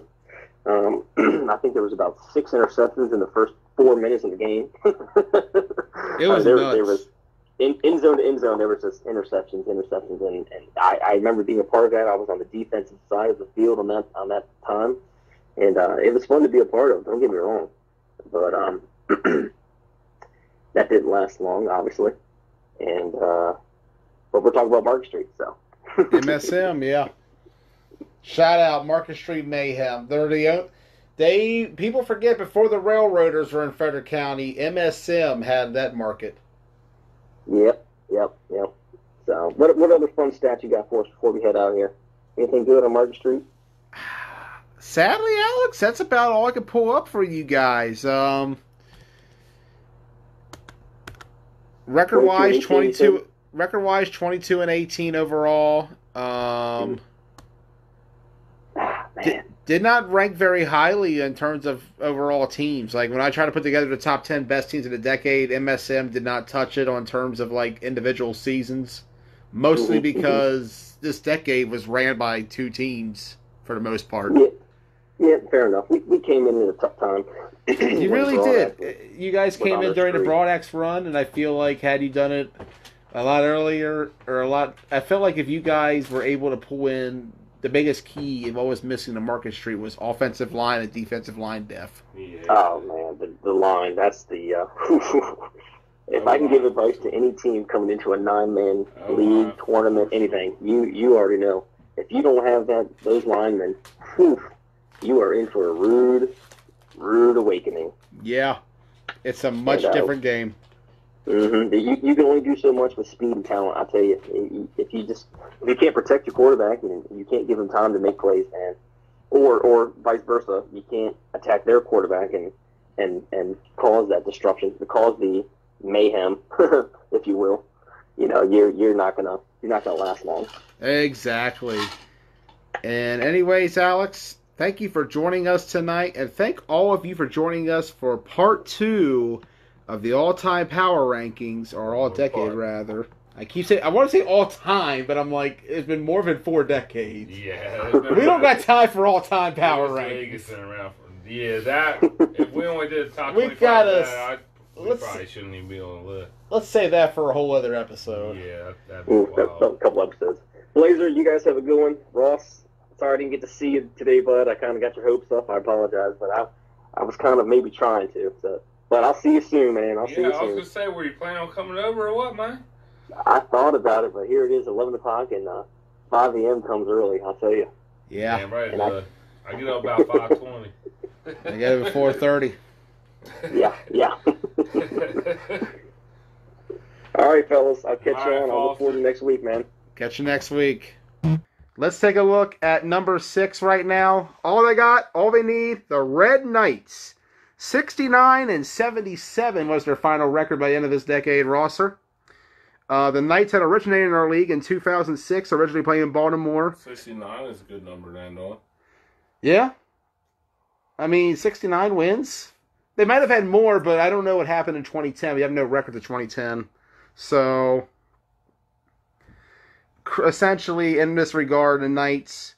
Their best team was in the fall of 2014. They were a runner-up that season, losing the Broad Axe in the league championship. 22-15 was the final of that year.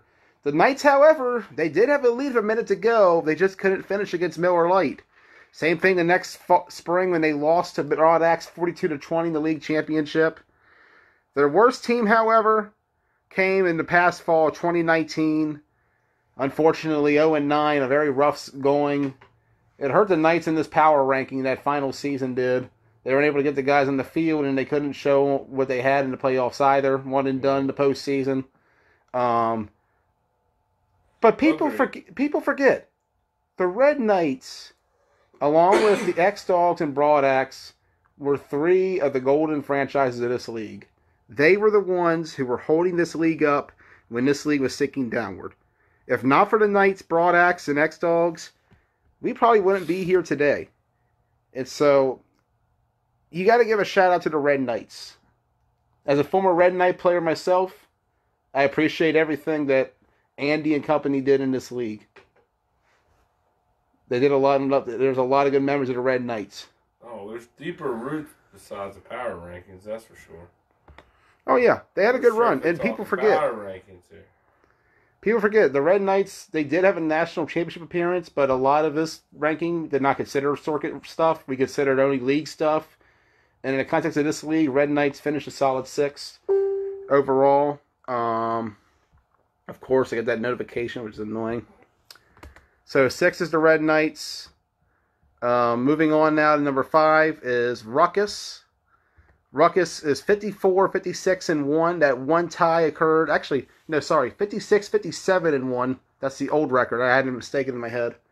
The tie occurred back in 2014 when they tied Nighthawks rather, at 26 apiece. But Ruckus entering this countdown, the highest winning percentage in this decade through a minimum of winning of 20 games. Sorry about that. That's the wrong stat. Their first game was a loss to the Red Knights in the fall of 14. Their first win was over Survivors.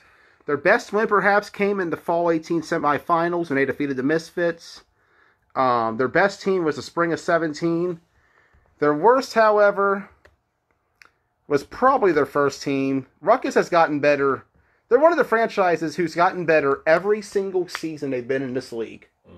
That's the one thing. Yeah, they've had their ups and downs, but they've gotten better. Right. It's not like they've gotten back to B status. People forget Ruckus has been an A team for almost 3 years now.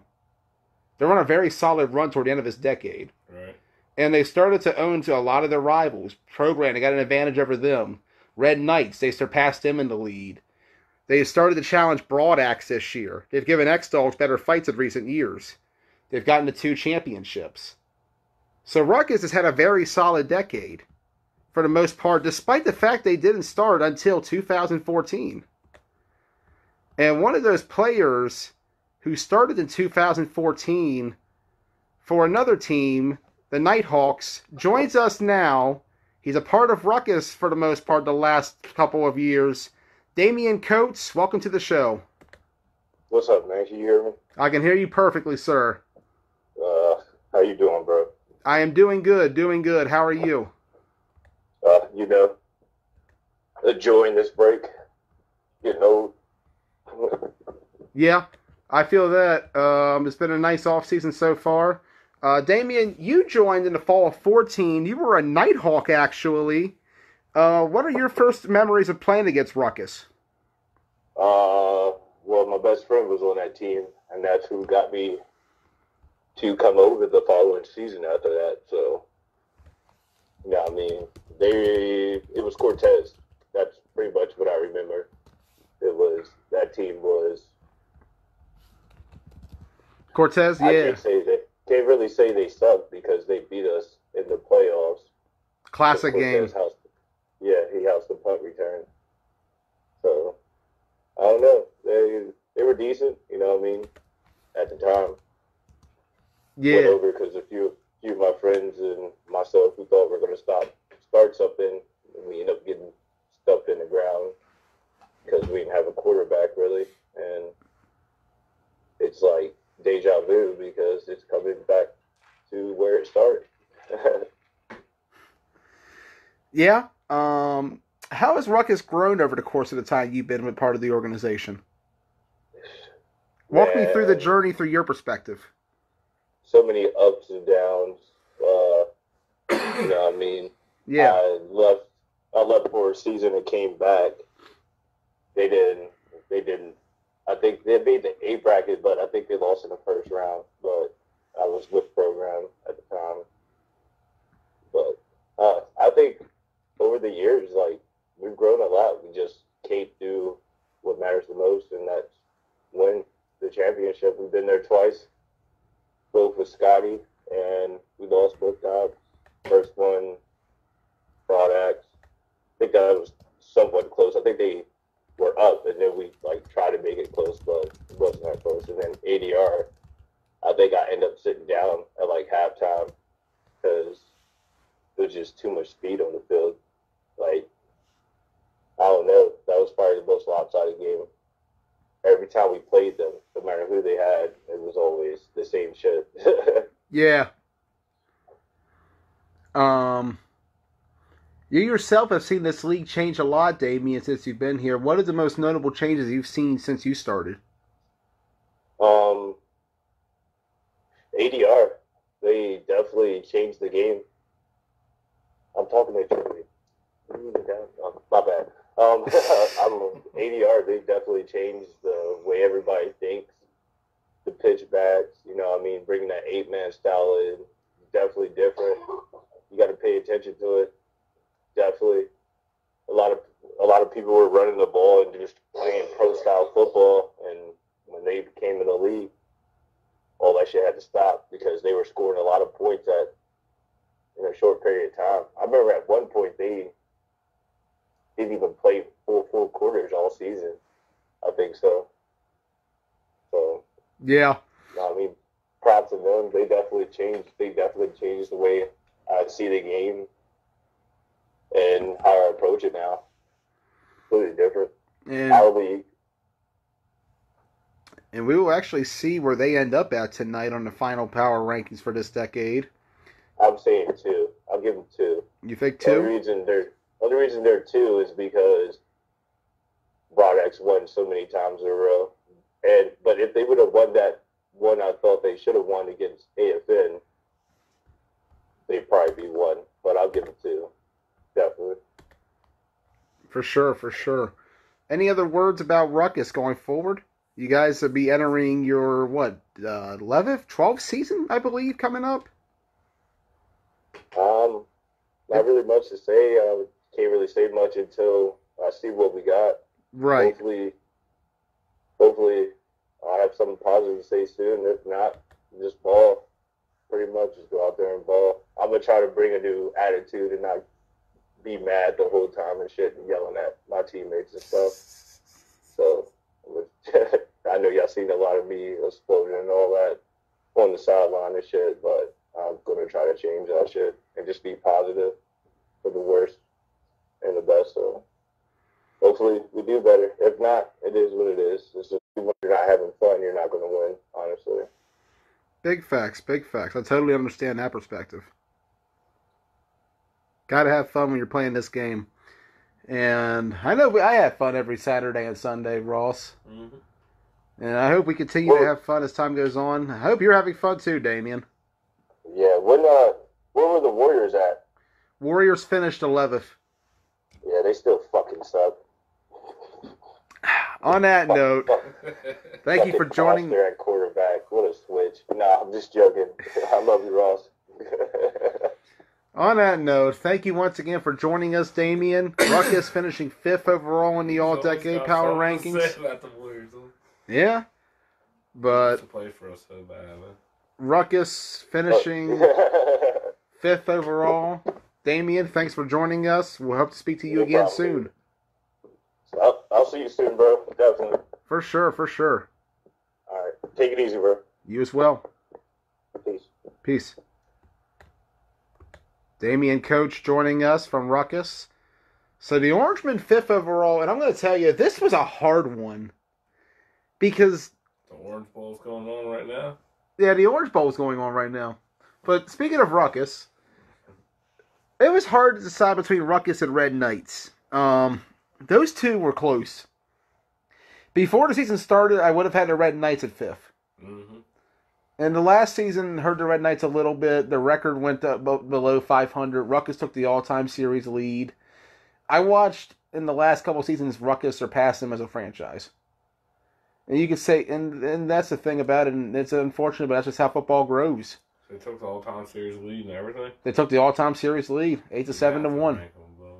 It was tough to decide that one. That was very close when I was looking at it. But moving on now, beyond number 5, as we move to number 4. People might not like this one a lot, but I got to give credit where credit's due. Number 4, I give it to the Affiliate Nation. 17-4 was their record in the Washington County Flag Football League. It's a case of what if they had stuck around. But in the case of AFN, in their short time here, they did a lot. First game, you remember, Ross, 26-0 AFN defeated the Warriors. Mm-hmm. That was back in the fall of 17. Their greatest win, however, came the next spring when they defeated Adrenaline Rush 20-14 in the 18 League Championship. That is the one thing about AFN that stands out is the fact that in the 2 seasons they were here, they got a championship. Where a lot of teams have been here for how many seasons and failed to championship. Ross, your internet is like screwing up. I keep getting like notifications of like trying to poor connectivity and all that. But like I was trying to say, AFN in a short time, they achieved a lot. They were a top-ranked seed in both playoffs. They won the championship in their second season. Who knows what else they could have done, and they stuck around as AFN. They set their sights elsewhere. They went to MAFL and focused on the circuit. But when they were here, they won, and they sure looked damn good doing it. And really, when you look back at that time period of the fall of 2017, spring of 18, AFN brought a huge shock to this league. One that was just as big as what ADR brought to the table. When that split off happened with the Red Knights in the Market Street merger, it took off to a whole other level. And it's hard to forget what the affiliates have done.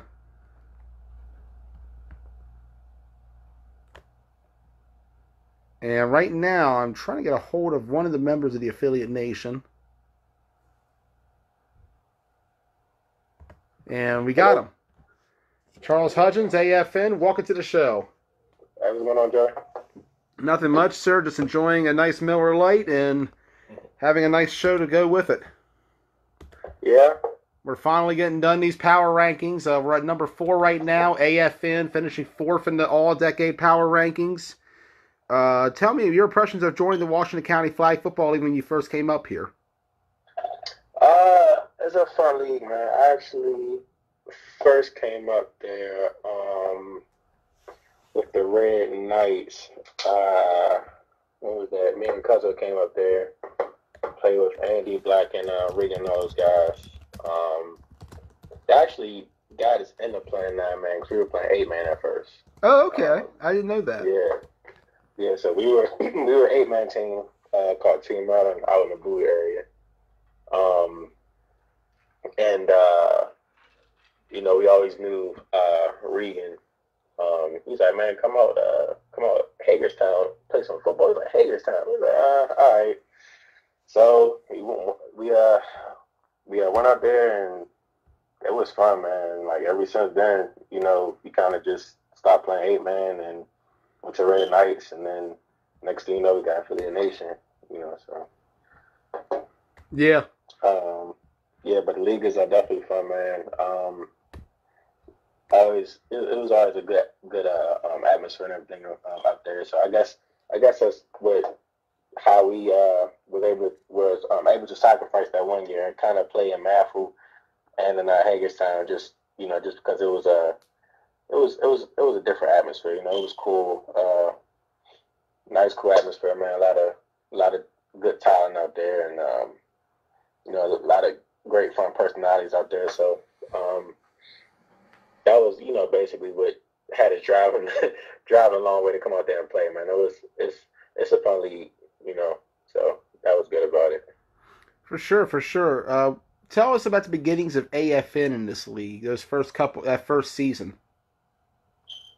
First season, let's see, go back. I believe that was when, so initially we were just the affiliates, playing in MAFL. That's when we first started. What was that? 2017, I believe. We had the affiliates, and then when we merged with basically the other half of the Red Knights, which was Sosa, Black, Regan, Case, guys like that. When we merged up with those guys, that's when we decided to name Affiliate Nation. But around that time, man, we had probably, I'm going to say 50 players around that time, what we did was we had basically an AFN North and an AFN South. So the AFN North was basically, all the guys from Hagerstown, Baltimore area, took those guys and they played up at Washington County League. And AFN South is basically the DC Prince George's County guys played on that side of town. And only like the core group of guys played on both. Like the guys like me, Cuzzo, Bruiser, and Big Tay and stuff like that. We all kind of played both sides of it. So that's how that came about. Basically, we were trying to get like everybody a good piece of work that fit their fit like where like they live. So just so people are from Hagerstown or West Virginia or like wherever, they didn't have to drive all the way down to Tucker Road to play. We'll have an AFN team down there and we'll have an AFN team on the other side, so they won't have to drive far. And then I believe that we Hagerstown was on Saturdays and Mathis was on Sunday. So even if they didn't get a chance to play on Saturday, they'll come on and play on Sunday. So that was cool about it too. But yeah, so that's how we kind of started out there in the Washington County League to kind of get everybody some good work and everything like that. So a lot of folks didn't have to do a lot of traveling back and forth, unless they wanted to, So that's kind of how that started. When we first started playing at Mathis with AFN, we kind of had like two teams, and around that time we had like around like 50-something guys. So we had to find a way to get everybody out in the field, So that's how we started with that. I'm about to say, when you guys first came up there were so many bodies in white T-shirts on that sideline that I had no idea, like, who all you were pulling from or anywhere. There was so many so many bodies at once. It was like an army coming there to take over. Yeah, it was definitely a lot of guys. There were times that some of us from the DC side just came up there and watched. We just didn't play, like, just try to help coaching the side and stuff like that. But after a while, I guess we kind of knew it would kind of dwindle down as we got closer to the Nationals, because we all knew that we were going to have to cut that 55 or like wherever it was down to 30.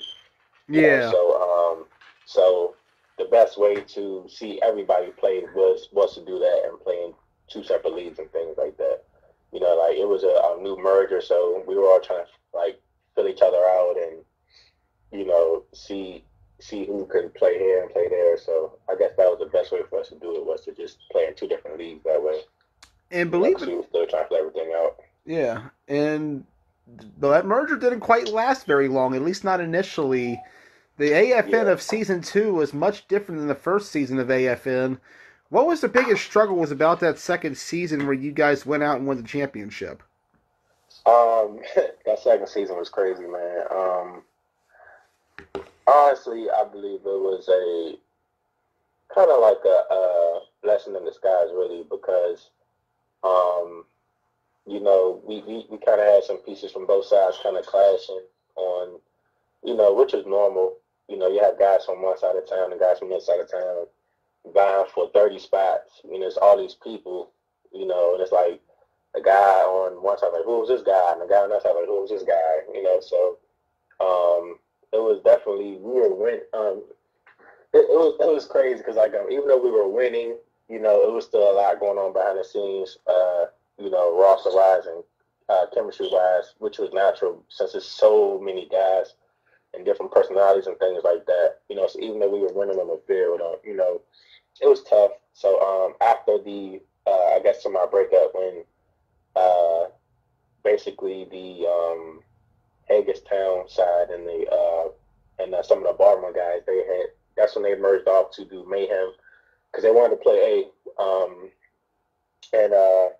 We're like, no, man, we'll stay B, stay the course, stay B, win B, then move up to A. But we basically just some guys who just had like a different way of doing things. Well, a different way that they wanted to do things. So they made their move, which is fine. After that happened, it put a big chip on a lot of guys' shoulders. After that, it made guys hungry. Made them wanted to prove to people that they can play and things like that. So I think that's what ultimately, I think that breakup was what ultimately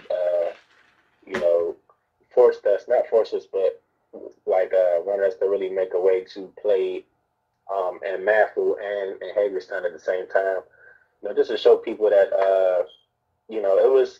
it's hard to tell. Around that time, it was hard to tell who was who or who could do what because there was so many people. So by that breakup happening, but we had like a consistent 15 to 18 guys, from the DC or PG County side coming up there to play, and every single one of them had a chip on their shoulder. They wanted to show that they can play, and there was rumors out there that the guys who left were the guys were like the A guys and stuff like that. I remember. Yeah. That was all the talk going to that AFN Mayhem game that spring was who was the real reason of success. Right. Yeah, so that basically, man, at the end of the day, it just ended up being a great thing for both sides, man, because it just created a bigger respect on both sides, by us actually, in a sense, playing each other. It was AFN playing AFN, so it just created a bigger respect for each other's game and each other personally and stuff like that. So like the hunger that guys had going into that season in Washington County, kind of a lot of it was fueled by that. And then we had, people were saying we wouldn't beat 80 without those guys and stuff like that. So we just had some things to prove, So I just think when you when you're back against the wall, you're trying to prove yourself, things like that. People just naturally work harder. So that was a big thing for us.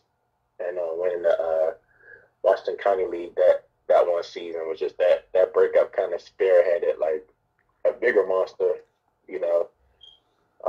to like how we are today. So after that, we got back together, and now we're just picking up where we left off, but just as a more cohesive unit this time, Yeah. with all the extra stuff. So. And in the short time AFN was here, you guys certainly did make an impact, a much big impact on this league. Yeah. Forward to seeing where AFN goes. Like I said, it's been a shame that we haven't had the full AFN squad back in county in a while. Yeah. It's something I would love to see again one day. Yeah, we're definitely thinking about doing something. Maybe when it goes back to the Saturdays and the Sundays to where we could make both. We were actually thinking about doing that. Seeing if we could possibly make that happen, because that was a big help actually with us that year, because it just made us so much in shape, and we were playing so much football, and it got us so much more familiar with our like identity on the field and off the field, and it kind of built a lot of camaraderie. We play football, we hop in the van, go an hour 15 minutes away, play some more football, hop in the van, go eat, go back home, so it kind of the Washington County League helped us a lot more than people would know. It kind of helped us figure out who we were and what we wanted to be and things like that. So I would like to give the county a lot of credit on that, man, because it definitely helped us shape who we are now. You're welcome. Ross says you're welcome. Thanks, Ross. I certainly look forward to seeing where the affiliate nation goes from here, and I hope to see you guys one day back in the WCFFL in some variation. Real hard. AFN Warriors game. AFN, yeah, that was a good one. Do you remember that 2018 game between AFN Warriors? Smash Mouth. Man, Warriors came out, man, and just, man, oh, man. We kind of scared us, man. Yeah. That's a classic. That game is a thriller. We played man, I was like, oh, my goodness, the Warriors are not playing with us today, man. They came out, and they was ready to play, man.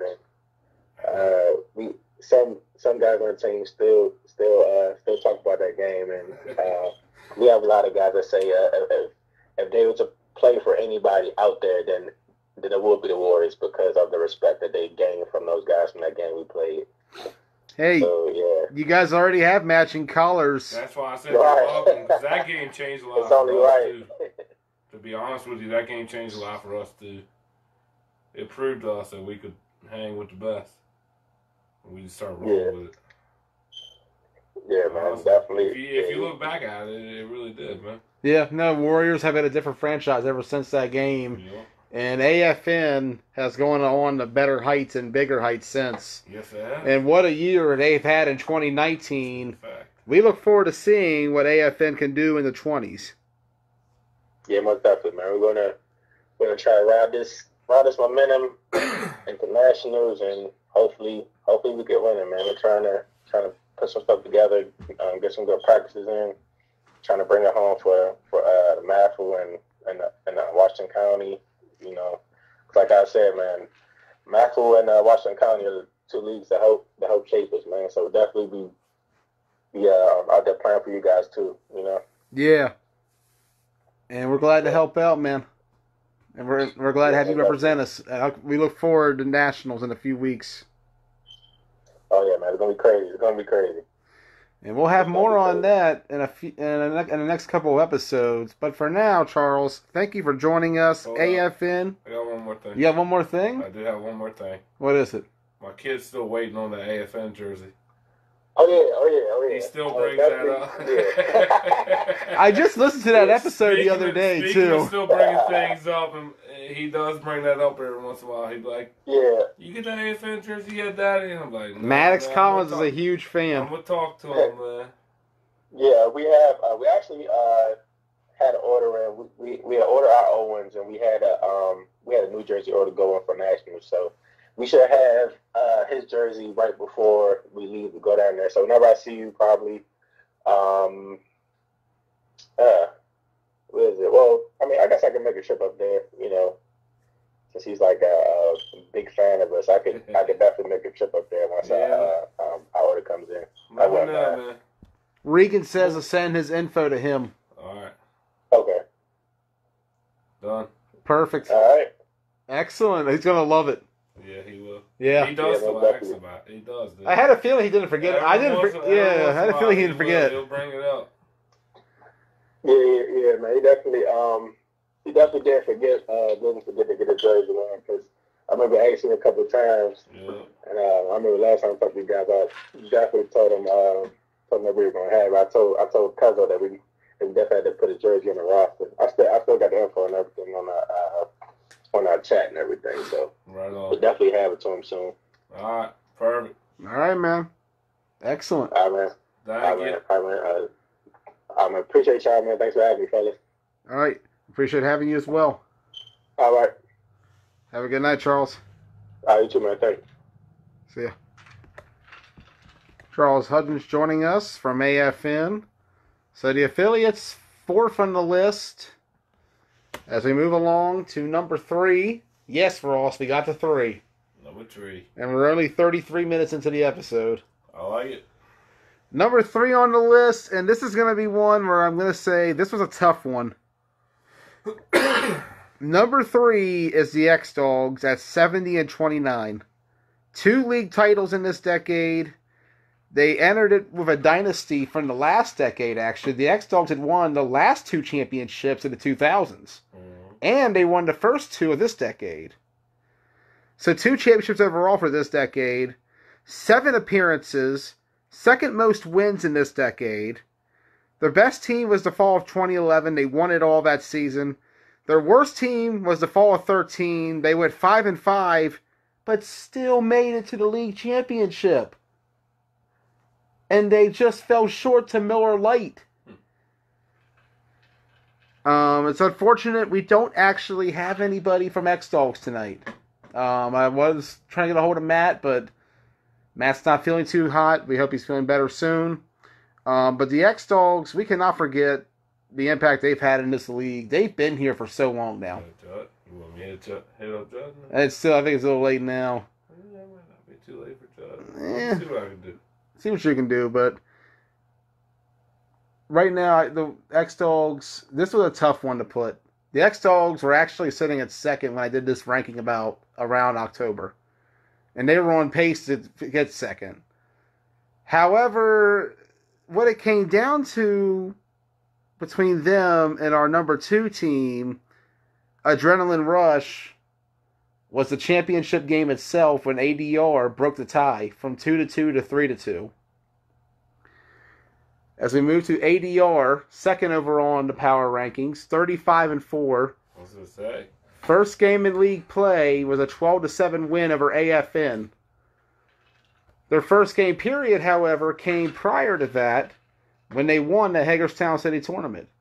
They started from the ashes of TMT, taking the franchise and revitalizing it and making it way better, actually. Right. They've lost as many games as TMT did. And they've won a lot more. 3 straight league championships, including the best team in their spring of 2019, where they were just absolutely dominant, beating teams by a margin of plus 27.57 points per game. And let me tell you, Ross, ADR has made a huge impact on this league since they joined. And who better to talk to about the impact of ADR than the man who's orchestrated the offense himself. One who has definitely made a name the last couple years. I'm talking about Chris Boone. Welcome to the show. Oh, thank you, man. How y'all doing tonight? Doing good, sir. Doing good. How are you doing? Not too bad. Just sitting around the house, trying to get some rest before tomorrow. Tomorrow night will be a late one also, so yeah. Trying to rest up now. Got to get your rest in because you're going to have a busy January. I know that for certain. But before we talk about the future, let's talk about the past, Boone. You joined this league originally back in 2017. When you were asked by TJ to come up here and watch, you first saw TMT play back up here a while back.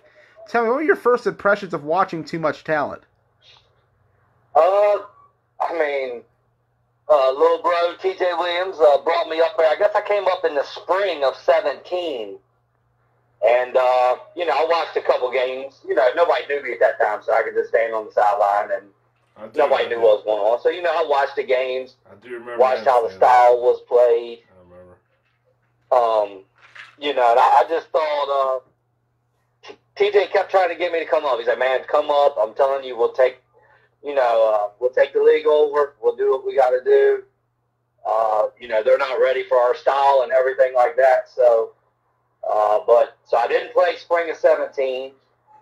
Because at that time we was playing in Fairfax during the weeknights. Oh wow, weeknights. Yeah, so we was playing Fairfax weeknights twice a week up there, and then we was also already playing on Sundays. Yeah. In Winchester, so it was just too busy for me to play in the spring. Twice a week and Sundays. Twice. Yeah. Shoo, so 3 days a week, Boom. So, it's a lot. So we actually won the Fairfax League. So then that's why in the fall I decided to come up there and play with TJ. I just knew I knew what we could do. TJ had he had the talent there already. He already brought most of our Winchester guys up there. And my first impression of that county league was everybody tried to play like Broadax. It was one style, every team did the same 4 plays each game, it looked like. But not every team had Broadax's O-line, tight end, and running back. But they all tried to compete at their game, play their style. So we just wanted to bring something different, and the rest is history. Yeah. Fall of 17, when you first came up here, Chris Boone, a lot of people looked at the offense you were running and said that wouldn't work in 9-man. Well, yeah, here we are. 2 years later and 3 championships, 4 appearances overall. I have to say, that 8-man shit is working pretty well. It worked pretty well, didn't it? They definitely told us take that shit back to Winchester, that it wouldn't work in 9-man. And now, look over the circuit in 9-man. The top teams in the country are running variations of what we brought to them in 2018. There's so many teams doing double back passes now. Just a lot of teams playing spread now out there. And when we first started playing 9-man, even on the circuit, it was one style. It was tight ends, running backs, stuff like that. So it's definitely caught on everywhere. Yeah. What are your impressions of the run that you have had of ADR, however, the last couple of years? Like, you consider the historicalness of this run, you overall, ADR 36-4 is their record, which that is the highest winning percentage of any team in this decade. Damn. Yeah. Yeah, that's tough. But you take a couple of those losses, 2 of those losses we didn't even have our player. I wasn't there for 2 of them. Yeah. So. You weren't there for Brunswick, and you weren't there for, Actually, Chris, you're only there for one of the losses ADR had, and that was to the affiliates. Yeah. No, I lost to X-Dogs. We had TNT did. Losses. I consider it separately. Okay, I got you. Yeah, so only one of them. Yeah. Yep. And you had only 0. One of them. And the crazier stat is you've had 0 regular season losses since you've joined this league. Yeah, that is crazy. But we've evolved too. I mean, you go back to that first year that we was ADR, we lost to the affiliates. We weren't that good. I mean, the players that we had, we were kind of strung out that season too. We was playing in Richmond, Winchester, and up there. So when you put that game on, we had 2 dudes playing in our secondary that, I don't even know who the hell they are. Then, Milk had to play DB and running back at that time. So we was kind of strung out that season. We was playing a little bit too much. But realistically about our team, we won in a couple different ways. We won the spring this season with all DBs at receivers. Of course, we had the X-Dogs and Chili, and we actually played the tight end in the spring because we didn't have any of our receivers. Mouse didn't play. Wayne didn't play. We didn't have Mayo. Didn't have Frank. Who else was missing? So my receivers in the championship game in the spring was, I had J-Mo. He was our only receiver. I had J-Mo. And then I had my 4 DBs. Our 4 DBs started at receiver. It was Coley, Sean, Cato, and Elijah. So that was the 5. So our DBs played both ways in the spring. So we won playing the tight end, playing big, and then, of course, this fall we just went completely spread. We won a couple different ways. So that just shows the talent on all the guys on our whole team. We got some good players now. And everybody's used to playing 9-man now also. So it took us a little while to adjust. Playing 9-man, you got to deal with the weather. So, some games you can't go completely spread. You can't always throw the ball downfield and shit like that. So we've had to learn how to play the game also. Yeah, you guys have certainly grown a lot since I first saw what was originally TMT in this league back in 2017 to where ADR is now, surpassing anything that TMT was and surpassing a lot of what a lot of these teams in our league have done.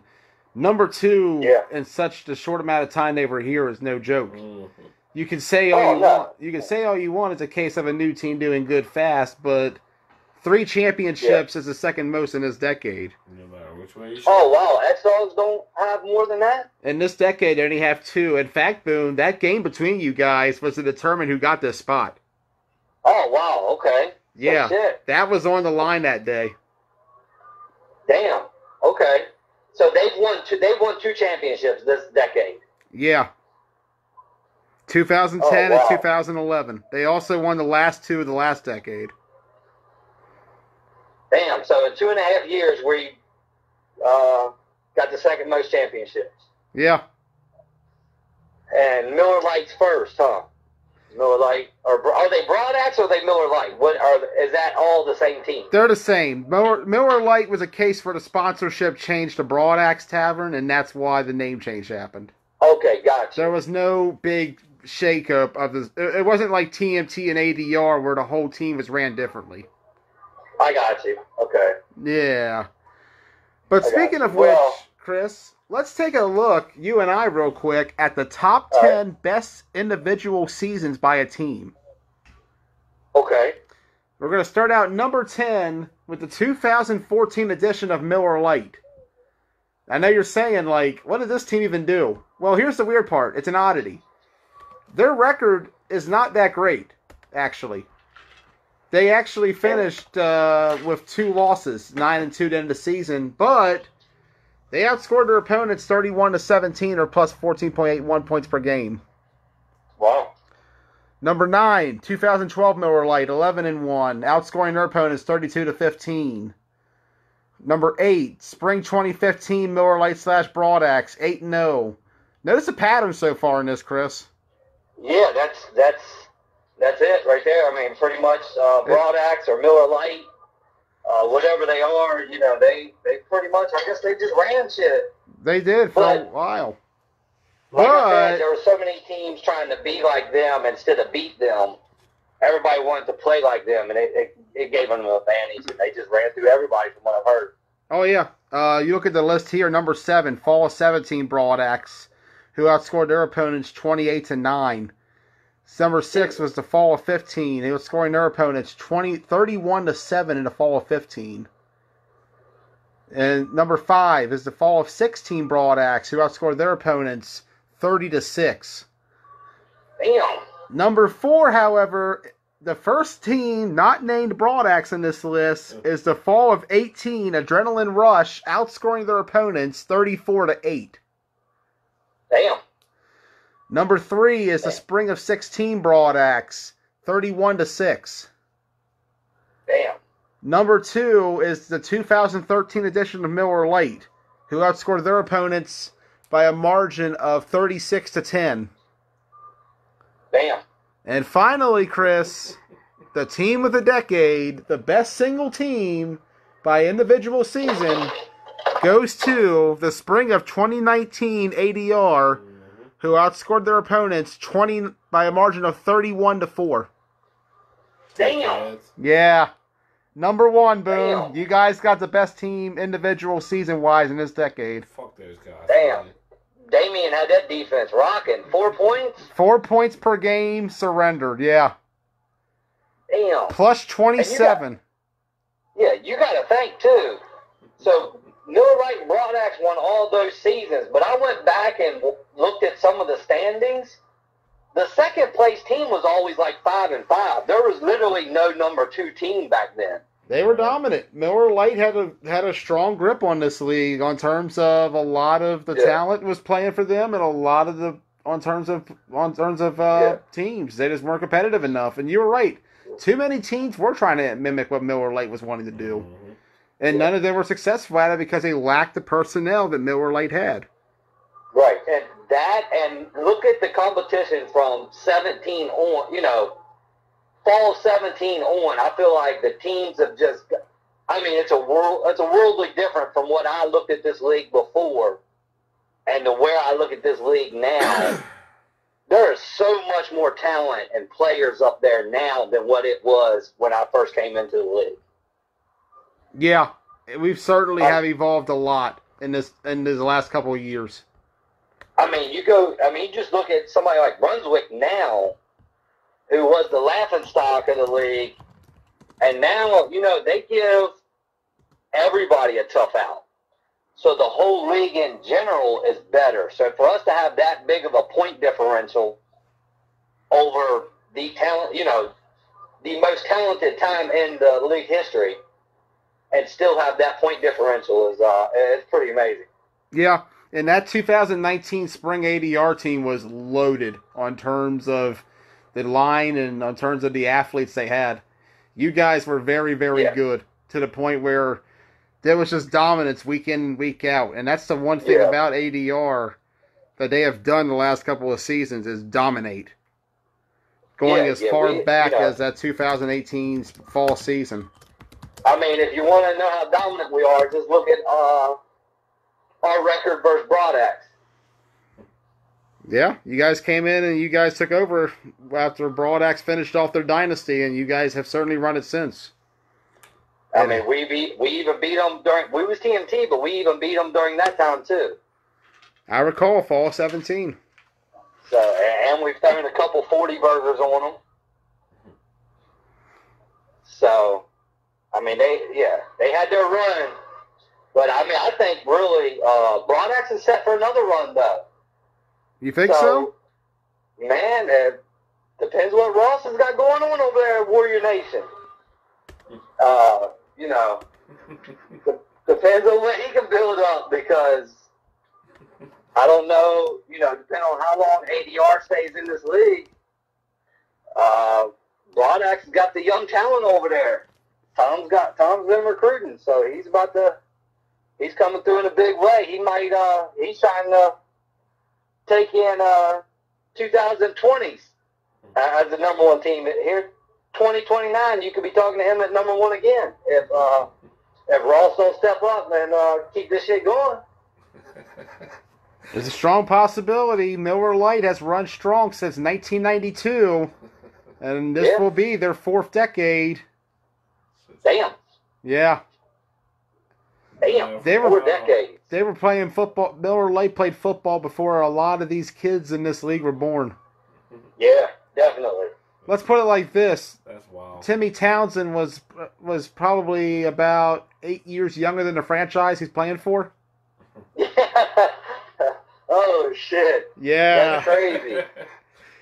So how old is this league, actually? I know they talk about it's the longest running 9-man league. Well, what year did it actually start? 1970. 1970. They were playing up here in 1970. Damn. That's wild. Yeah. That is wild. They started in Williamsport, then they went to South High, and then they went to Marty Snook. Damn. I remember I actually played one game in that league probably in like 2000. 2000? Man, actually it would have been about 03 or 04. Okay. A guy named Kevin Armitrout brought me down in that league to play one game. He was playing quarterback for a team. Do you happen to know their name anymore?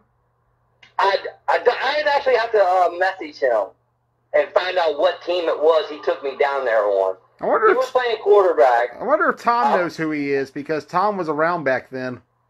Right. Yeah, I guess I'll have to message Tom. I'll message Kevin, too. I think I got him on Facebook. And he moved away probably like 07, 08 from our area. But he took me down there. I played receiver, and I was like, man, I'm never playing this 9-man shit again. It was the most boringest shit in the world. Had me out there blocking. I was like, man, I'm not sitting here blocking all day. You got to throw me the rock, something. Yeah. At that time, I was still actually able to run. So I was, one of them diva receivers who just wanted the ball every play. But these skill players, man. Yeah, I was one of the right, exactly. You know how the skill players are. Whining. I didn't get the ball. I was like, man, I ain't coming back. And then, actually, Mouse turned around and played in that league probably 06 or 07 with the X-Dogs. Mouse was on X-Dogs? Yeah, yep. Mouse actually started with the X-Dogs. Because we all know George, Nunn, he's down from around our way. We all grew up playing basketball and shit with him. So George knew Mouse and actually took him down there.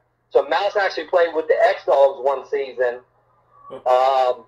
Man, this might have been after Mouse. It was probably 06, 07, I'm thinking. Wow. Yep.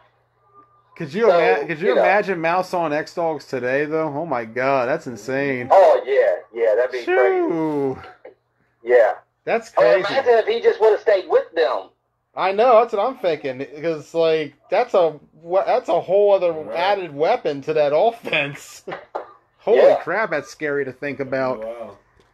And then you go back to 06, 07, and then George was he was in his prime too, because we was playing ball against each other all the time. So, because Mouse moved to Hagerstown for a year while he was down there, and he went down and played with George Nunn and X-Dogs. So even though we didn't stay around this league, we actually been a part or seen this league many, many years ago. Right. That's awesome, though. That's pretty cool to hear about. Tom was asking who you were referring to in the comments section. Maybe if you type the name out to him, you might know the guy and the team name offhand. It's been a while, but man, it was early 2000s, so I've really we got to go way back on that. There's we have no archive on that one. Yeah, exactly. But I'll try to get maybe for your by the time we get to do your national show, I'll try to find that guy on Facebook and then see what team it was he used to play on. Oh, okay, cool. Yeah, we can definitely find that out. That'd be great. Shout out to all the ADR players who made this possible for us to be ranked up this high and win all these championships. Because I know when you play with ADR, a lot of guys have to sacrifice stats and numbers and getting the ball for us to be dominant. Because to be on any great team, man, every player's got to sacrifice and do what's best for the team. And we've been fortunate enough to have guys that are just willing to play their role and win championships. So appreciate all the ADR players. We appreciate what you guys have done for this league. You guys have certainly brought a challenge to this league that's not been seen before, and we look forward to seeing what ADR can do in the 20s. Definitely. And I think I don't know, when I first joined this league, you might have been the only reason we came back after the first year of TMT. When I first came down there and seen how you broadcasted, did your little podcast, like I said, I was watching all that shit before you even knew who I was. I really thought what you did for this league made it an actual entertaining league. And to be honest, I wouldn't even be playing in this league if you didn't do everything that you do. Thank you. So, realistically, we're here because of what you do. At least I am. I'm here because of what you do. You separate this Washington County League from any other league, throughout Virginia and Maryland and everything. So it's definitely how it occurs the worst. Facts. Everything that you do, you make this league special, and that's why the talent has grown. Let's be honest. This league's good because of everything that you do, Joey. You bring attention to the league. You're bringing talent to the league.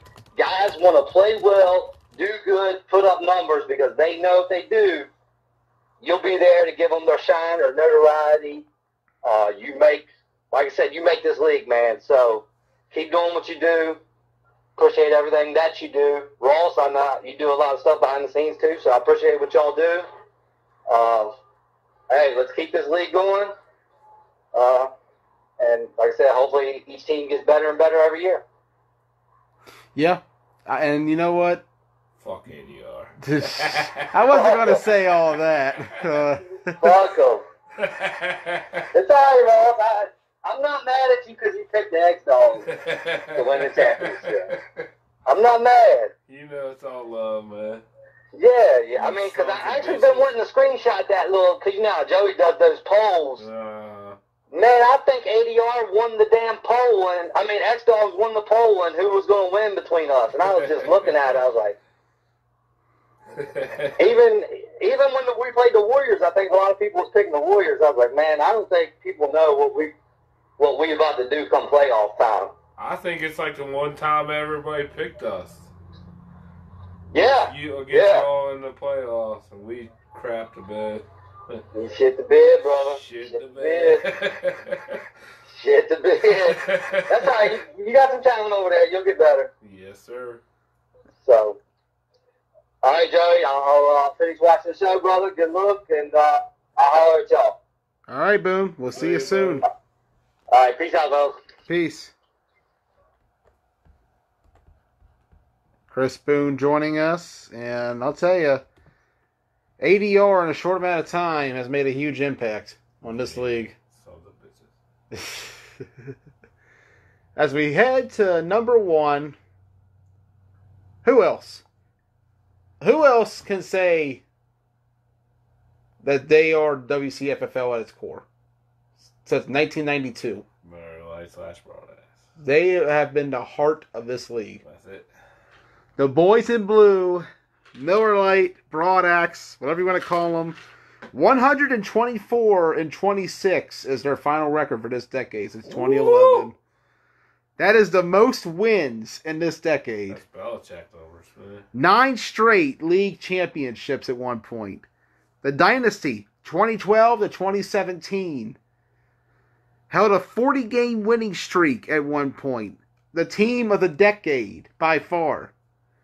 Their best team, 2013, 10-0. Their worst, spring of 18, 6-4. And the one key piece, the one man who has been there the entire time, is about to be called in. And I'm talking about Tom Hoffman himself. Welcome to the Blunt Talk.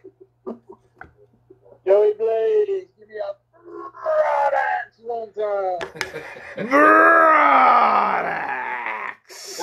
I love it. Fucking love it. Tom, congratulations. Broadax finishes number one once again. How's it feel to hear those words one more time? That's awesome, man. I appreciate it. Team of the decade. You guys had over, I can't verify it, but you definitely had over 100 more wins than losses total. I've been curious to see what our record was because I had no idea. When you said, I think you said 124-26. That's pretty awesome. Yeah, 98 more wins over losses. You had 9 straight league championships. Those are big numbers. Absolutely dominated this league from 2012 to 17. Before that, though, you guys were still making championship appearances. This is just another retread from the last decade, or last two, rather. Miller Lite has had a winning tradition in this league. You fucking know it, Joey. I mean, you don't play to lose. Winning's fun, losing sucks, and we've had a good time doing it. I can guarantee that. Tell us, Tom, what are some of the changes you've witnessed personally in this league since you first joined back in 2003, 4? Yeah, it's been a turnover, man, because when I first started playing, I got all my buddies that were fresh out of college to play with me. I mean, I just turned 39 in July, so a lot of those buddies have moved on, either got married and had kids or just got older or moved away and got new jobs and stuff. So it's been tough to, kind of transition and keep playing without them. I'm not just talking what guys did on the field, but what they did for me off the field as far as fundraising and stuff like that. So that's been difficult to keep a tight core. I mean, I've always had a tight little core that I bounce ideas off of and get guys to help me with fundraising and stuff like that. So that's been difficult, but man, I made a lot of friendships over the years. Like I say, Christmas just happened, and I guarantee you, I sent out texts on Christmas Day, half of those guys. So it's been a great run. Like you said, this decade's been awesome. The decade before, we were in a lot of championships and just didn't couldn't finish. Whether we just got beat by better teams or, referees screwed us sometimes. Let's be honest. But, no, I'm looking forward to the next decade and what the future holds. Yeah. And I certainly look forward to it as well, Tom. What a time it's been in the Washington County Flag Football League these last couple of years. I got back in 2014, and when I got here, we had 6 teams. The game started at 9. We were done by 1:30. There was only 3 games a week. We saw same guys that played 2 to 3 times a year. And in the last couple of years, to go from having just 1 season to 2 seasons, to having our games broadcasted on Facebook every week and on YouTube by Monday usually. It's been awesome to watch this league grow. Yes, it has. It really has. I mean, like you said, when you only had 5 or 6 teams, you're playing those teams 2 times in 1 season, sometimes 3. Sometimes 4 when you add tournaments into it. Sometimes 5 or 6. Yeah, there's one year where when I was doing research on X-Dogs and Red Knights head-to-head, I saw they played each other 7 times one year, and I'm just like, God. Yeah. Could you? I can't imagine having to play the same team that many times. I'd be losing my mind. Right. Well, depending on who you're playing. Well, like as long as it's a clean game, you don't mind it because you enjoy playing that team. True, there's that, but it's also It's also a case where you play so many times that it creates a lot of burnout. The league doesn't grow when there's so few teams to play with. Yep. And guys just get tired of seeing each other when they're not getting any bump elsewhere. Well, in our league now is basically where you only get 1 chance to play a team each season. So every game matters. Sometimes twice because of the playoffs and stuff, but you don't. There was like with us in the program, we went 2 seasons without playing them. One time was like due to the weather, but another time was because they just weren't on the schedule with us because there were so many teams. Yeah, that just happens sometimes. Tom, it's been a wild ride. What's the crazy? What is the one thing you have to say that has impressed you the most about this league as we head into the 20s? Thing that impresses me the most. We're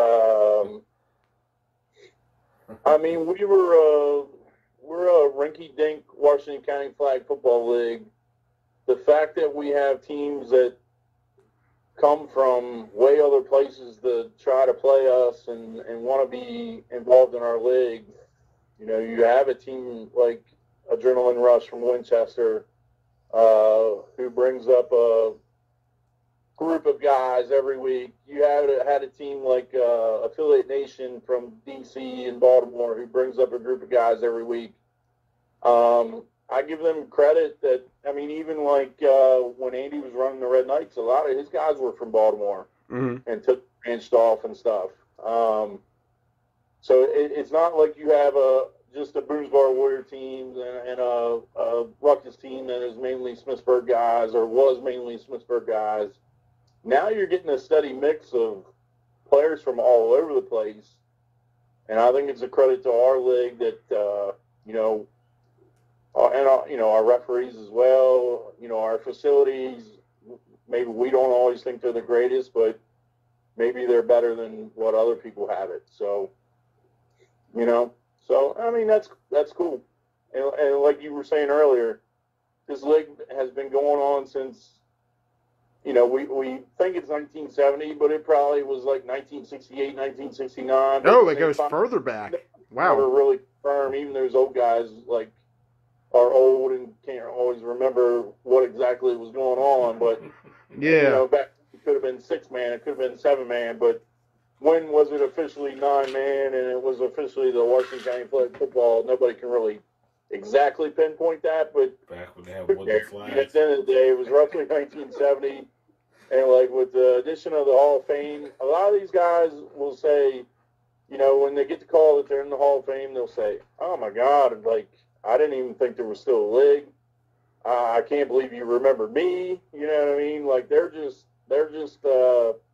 gratified that it's still going on. And I mean, when you see these guys come to the Hall of Fame banquet, they're just like it. You know, it serves a purpose because we wanted the Hall of Fame banquet to be a reunion, number one. And these guys come back and they start telling their stories and they just have a great time seeing each other. And, you know, and a few short years, a couple more years, all of us that are playing now are going to be doing the same thing, where whether it's seeing the guys you play with now on your own team or the guys off other teams, it's going to be a special moment because you're going to think they forgot about you, but you don't forget about what happened in between those lines and what happened on the sidelines after the games. Yeah. True. And the biggest thing that's really cool now is that we'll have the memories forever. Absolutely. I mean, that's the biggest thing. Like, when these guys come in for their interviews, I'll tell them to bring pictures or videos or jerseys or whatever they got. Half of them don't have anything. So, you know, we don't have pictures. We have video highlights. I mean, with the help of you, we got, you know, keeping records and stuff like that. I mean, it's a lot more evolved and, you know, more organized, I would say. Where their knock on us is our teams don't practice. We used to get together and practice every week and then play. Well, you know, how busy people are in their lives. And as far as I'm concerned, most in our league, after playing 2 seasons in 1 year and all the circuit play, and I mean, a lot of people put enough value in their own skill that, you know, I think our teams would be better if we practiced. And I don't say we don't need it, but as far as teams, like, we show up and play every week. So, you know what I mean? It's still a pretty good product on the field. But, no, I mean, I think it's a good league. You know, it is what it is. Any good memories you want to talk about from this decade? I couldn't even start, Joey. I know you got plenty of good ones. I have a ton of memories. I mean, drinking beer out of trophies. Oh my gosh, Ocean City tournaments. Yeah, Broad Axe nights. Not even playing football. You know what I mean? But no, it's just been. My 30s have been blurred. It's been a wild ride, and I've enjoyed every single moment of it. I mean, not too many teams out there can say they won 9 championships, so in a row at that. We won 6 fall championships and 3 spring championships, and that was, you know, that was a lot of fun. It was very special. Yeah, and it was a special run indeed, and it was old guys, new guys, old guys playing that retired, and new guys coming on. So. And we look forward to seeing what Broad Axe can be as we enter the 20s, the 4th decade of the Axe. Believe it or not. And just so everybody knows out there, I wasn't running the team or even playing on the team in 1992. I was only 12 then, so I'm really not that old. But I do, you know, a lot of the guys that were on that team, I started out playing with. So, I mean, I do know who they were and stuff like that, but I actually didn't start playing until, I guess, 1999 or 2000. So 20 years. You still old, though. What a run that you've had, Tom. What'd you say there? I said, what a run you've had and what a run Broad Axe has had. That's right, man. And we look forward old, to seeing. Hasn't been playing since 92. He's been playing since 99. 99, yeah. Woo!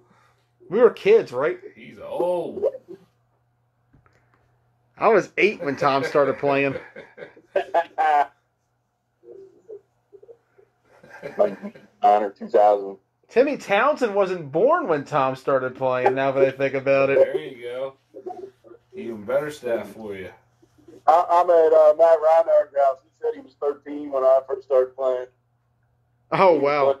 Free league. Nice. He was just starting high school.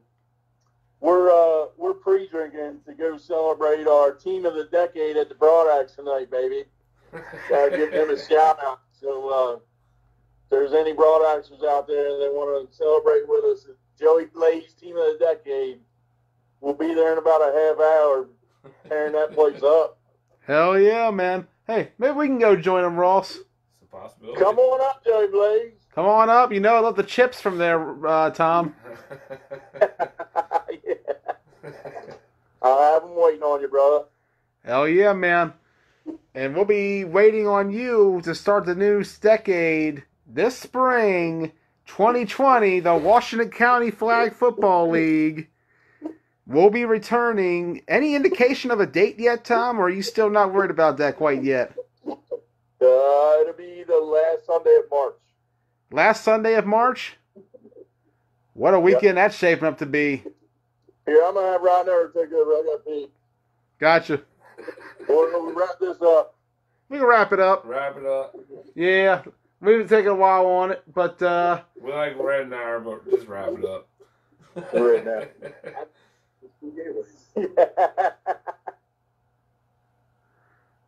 All right, fellas. Thank you for everything. Happy 2020. Happy 2020, and Merry thank you, Christmas. Tom, once again for joining us. We'll see you in March for kickoff. Sounds good, man. All right. Peace, Tom. See you, boys. See ya. See ya. Tom Hoffman joining us. And Ross? Yes, sir. That's it. Number 1, team of the decade, Broadax. Of course. Your impressions? I totally agree. Yeah. I think it's well deserved, well earned. I got no problem with your list, man. I really thought we'd be like 25, 30. So There wasn't even that many teams in this decade. I'm good with 11. Yeah. And I'll tell you, for those who don't know, this episode marks the end. This is the final episode for which we'll be discussing Washington County on Blunt Talk. Blunt Talk will be going through a change of format in the next couple of weeks as we turn away from the WCFFL at the end of this decade to face Nationals. Worlds. Oh, sorry. Worlds. I like Nationals better. I like Nationals way better. Let's just call it Nationals. Worlds almost sounds like, I don't know. We'll see what... Some kind of soccer tournament or something, too. I don't know. We'll see what Jamie Wolf has to say about it next episode. Till then, That's a good one. I'm Joey Blaze. For Ross Collins, Damian Coates, Tom Hoffman, Chris Charles Boone, Hudgens, Charles Hudgens, and Matt Ridenauer. Matt Ridenauer almost got his 15 minutes of fame. Almost. Saying good night from Ross's house once more. We'll see you next year. From a secret location.